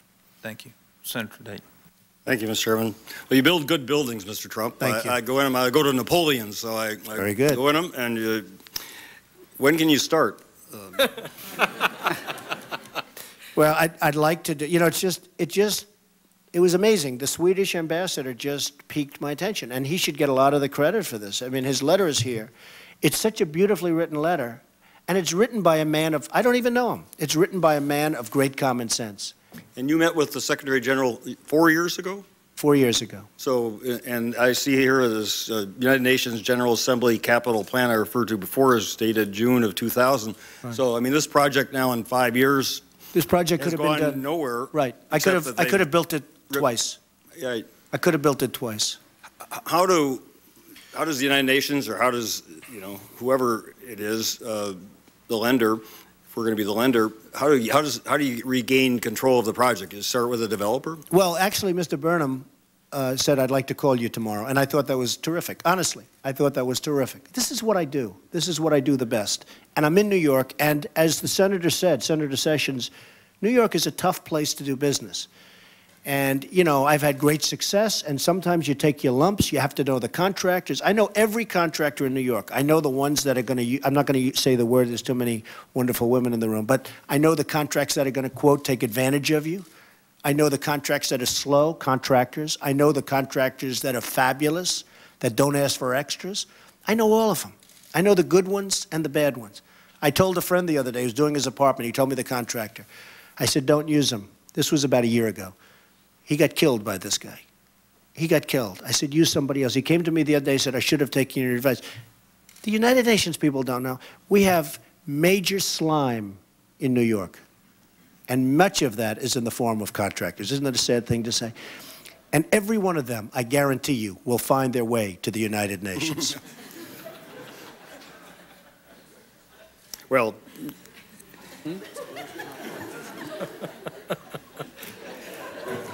when would you like to take over rebuilding the Visitor Center and a few other projects? That's true. You've had your own difficulties with that. I know that. But it shows what the difference between someone who knows what he's doing and people who don't. And thank you very much. Thank you, sir. Thank you. Senator Sessions. Mr. Chairman, thank you very, very much for caring enough about the American taxpayers' money to have this hearing. And I think you've got 40-something planned. He is a fresh breath of fresh air for this Senate, and it ought to embarrass all of us, because all of us have oversight committees that are not doing a very good job. And if we could save $1 million, Mr. Trump, that's $1 million that can be used for good causes, and I think there's potential to save a lot more than that. You have given us a tutorial on reconstruction and renovation and construction and big projects. I hope people were listening, and I think the main point is you've got to know what you're doing in this city in this kind of construction project, or you can be taken to the cleaners. Your contributions are going to help us save money, and I believe help us have a better UN building. And that's, you wouldn't have said that if you didn't believe in the institution and want it to be better and want it to have the best building it can and the best balance sheet it can. So I just want to thank you for it. And we'll note that you said it could be completed by 2007. The plans are at this date to begin moving people out by June 2007. And so once again, we've got longer time frames and more cost. Again, I want to thank you for your courage, your willingness to speak out on an issue that a lot of people would have avoided, but you brought your expertise to bear and I believe will help the UN do a better job. Thank you very much. Thank you, sir. Great honor. Mr. Trump, if someone in your organization paid twice the amount for a project it cost, in 2 words or less, what would you say? You're fired. Mr. Chairman, we're dismissed. Good job. Thank you. Thank you. Good job. The season finale. Going to get that was good. We should call you tomorrow on Tips if I work for the UN. Would you do that, please? Yeah, thank you very much. I'll make sure I talk to you. Thank you. Great job. Thank you. Mr. Trump. Hi. Hello, how are you? Great job. Anything I can do, Linda. Okay, absolutely. I'll get that thing done so fast, so inexpensively. And it'll be, I'd love to do it, okay?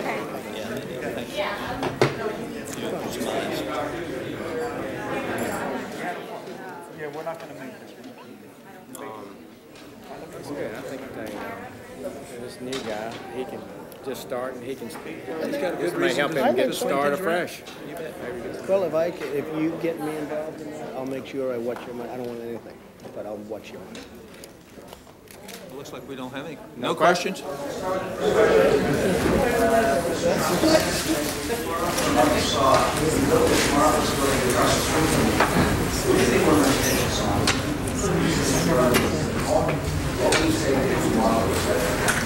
Well, I thought the fact that he came over to me and was willing to listen was really very nice and very smart. And if he did call me, I would certainly want to help the United Nations and help these great gentlemen who are working so hard to really do something with the United Nations and, you know, to spend the money more wisely. They don't want to spend it on brick and mortar if they don't have to. If they can spend half of the money or 1/3 of the money, which is really what I'm saying, and then take $1 billion and focus on AIDS and problems and famine and all of the other things that they work on, I'm all for that, and they are all for that.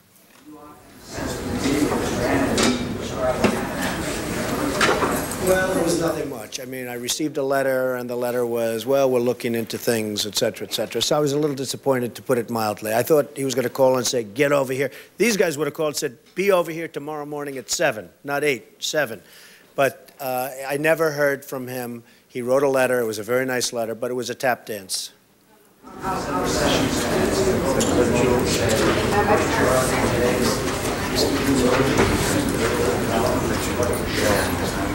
I think, one, there ought to be a complete stop until they've really looked at this.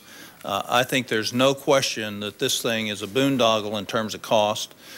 And it is going to cost more than $1.2 billion. I think the thing we heard today is they didn't know what it's going to cost, but they'd already decided on the $1.2 billion loan. I think that tells the Ronaldo thing, that he's no longer a contractor. That firm is no longer. Why? We should know that. And nobody knows exactly how much has been paid for it. So I think there's a lot of questions that the UN needs to say, time out, we'll start all over. Maybe we might learn something from one of the best developers in New York City. I would just say that Mr. Trump made clear, and the answers or lack of them made clear, that they really don't know what they're doing. They don't have a clear vision of what they want to accomplish. Therefore, you can't make good plans and develop an efficient system to accomplish those plans. So I think that came out quite clear, and I do believe it's raised quite serious questions about cost, and I'm hoping that Mr. Burnham now, he's new on the job, he has an opportunity to start afresh. Maybe the impetus of this hearing will do so, and it would be good for the UN if it did.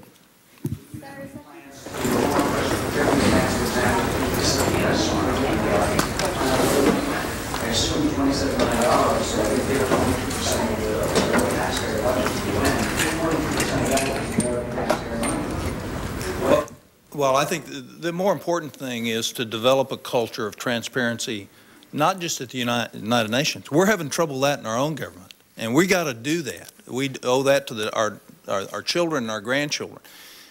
You heard the ambassador say there's some things that she's willing to talk about, not an open record. We're going to take her up on that. We'll find out where that needs to go, and we'll work that area. This committee will not let go of this issue, period. I would just point out that the UN office building in New York, and that's all it is an office building. The cost of that was extraordinary. It was more than the Boston courthouse, which was at the time considered the most expensive GSA project in the country. So I think the ambassador hopefully should keep an eye on that own building that they're in. I objected at the time, toured the building, and I thought that the costs were way above what was justified. Senator, are you making any efforts to lock the U.S. government so that the President has to start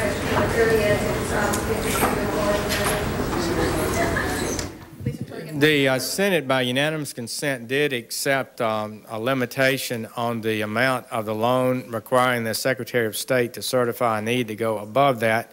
That will go to conference. After this hearing, I'm not sure, maybe we ought to talk to the conferees about tightening that language up. So I think the Senate is concerned on a bipartisan basis about the cost of this, and one way to get some transparency would be to contain that loan. I would note the transparency really is a problem, since nobody could tell us how much has been paid for an architect, how much the contract said, which apparently is secret, how it was awarded, what the other bids were. And once again, making those processes transparent for the world will eliminate a lot of abuse and corruption. I think that's it. Thank you all very much.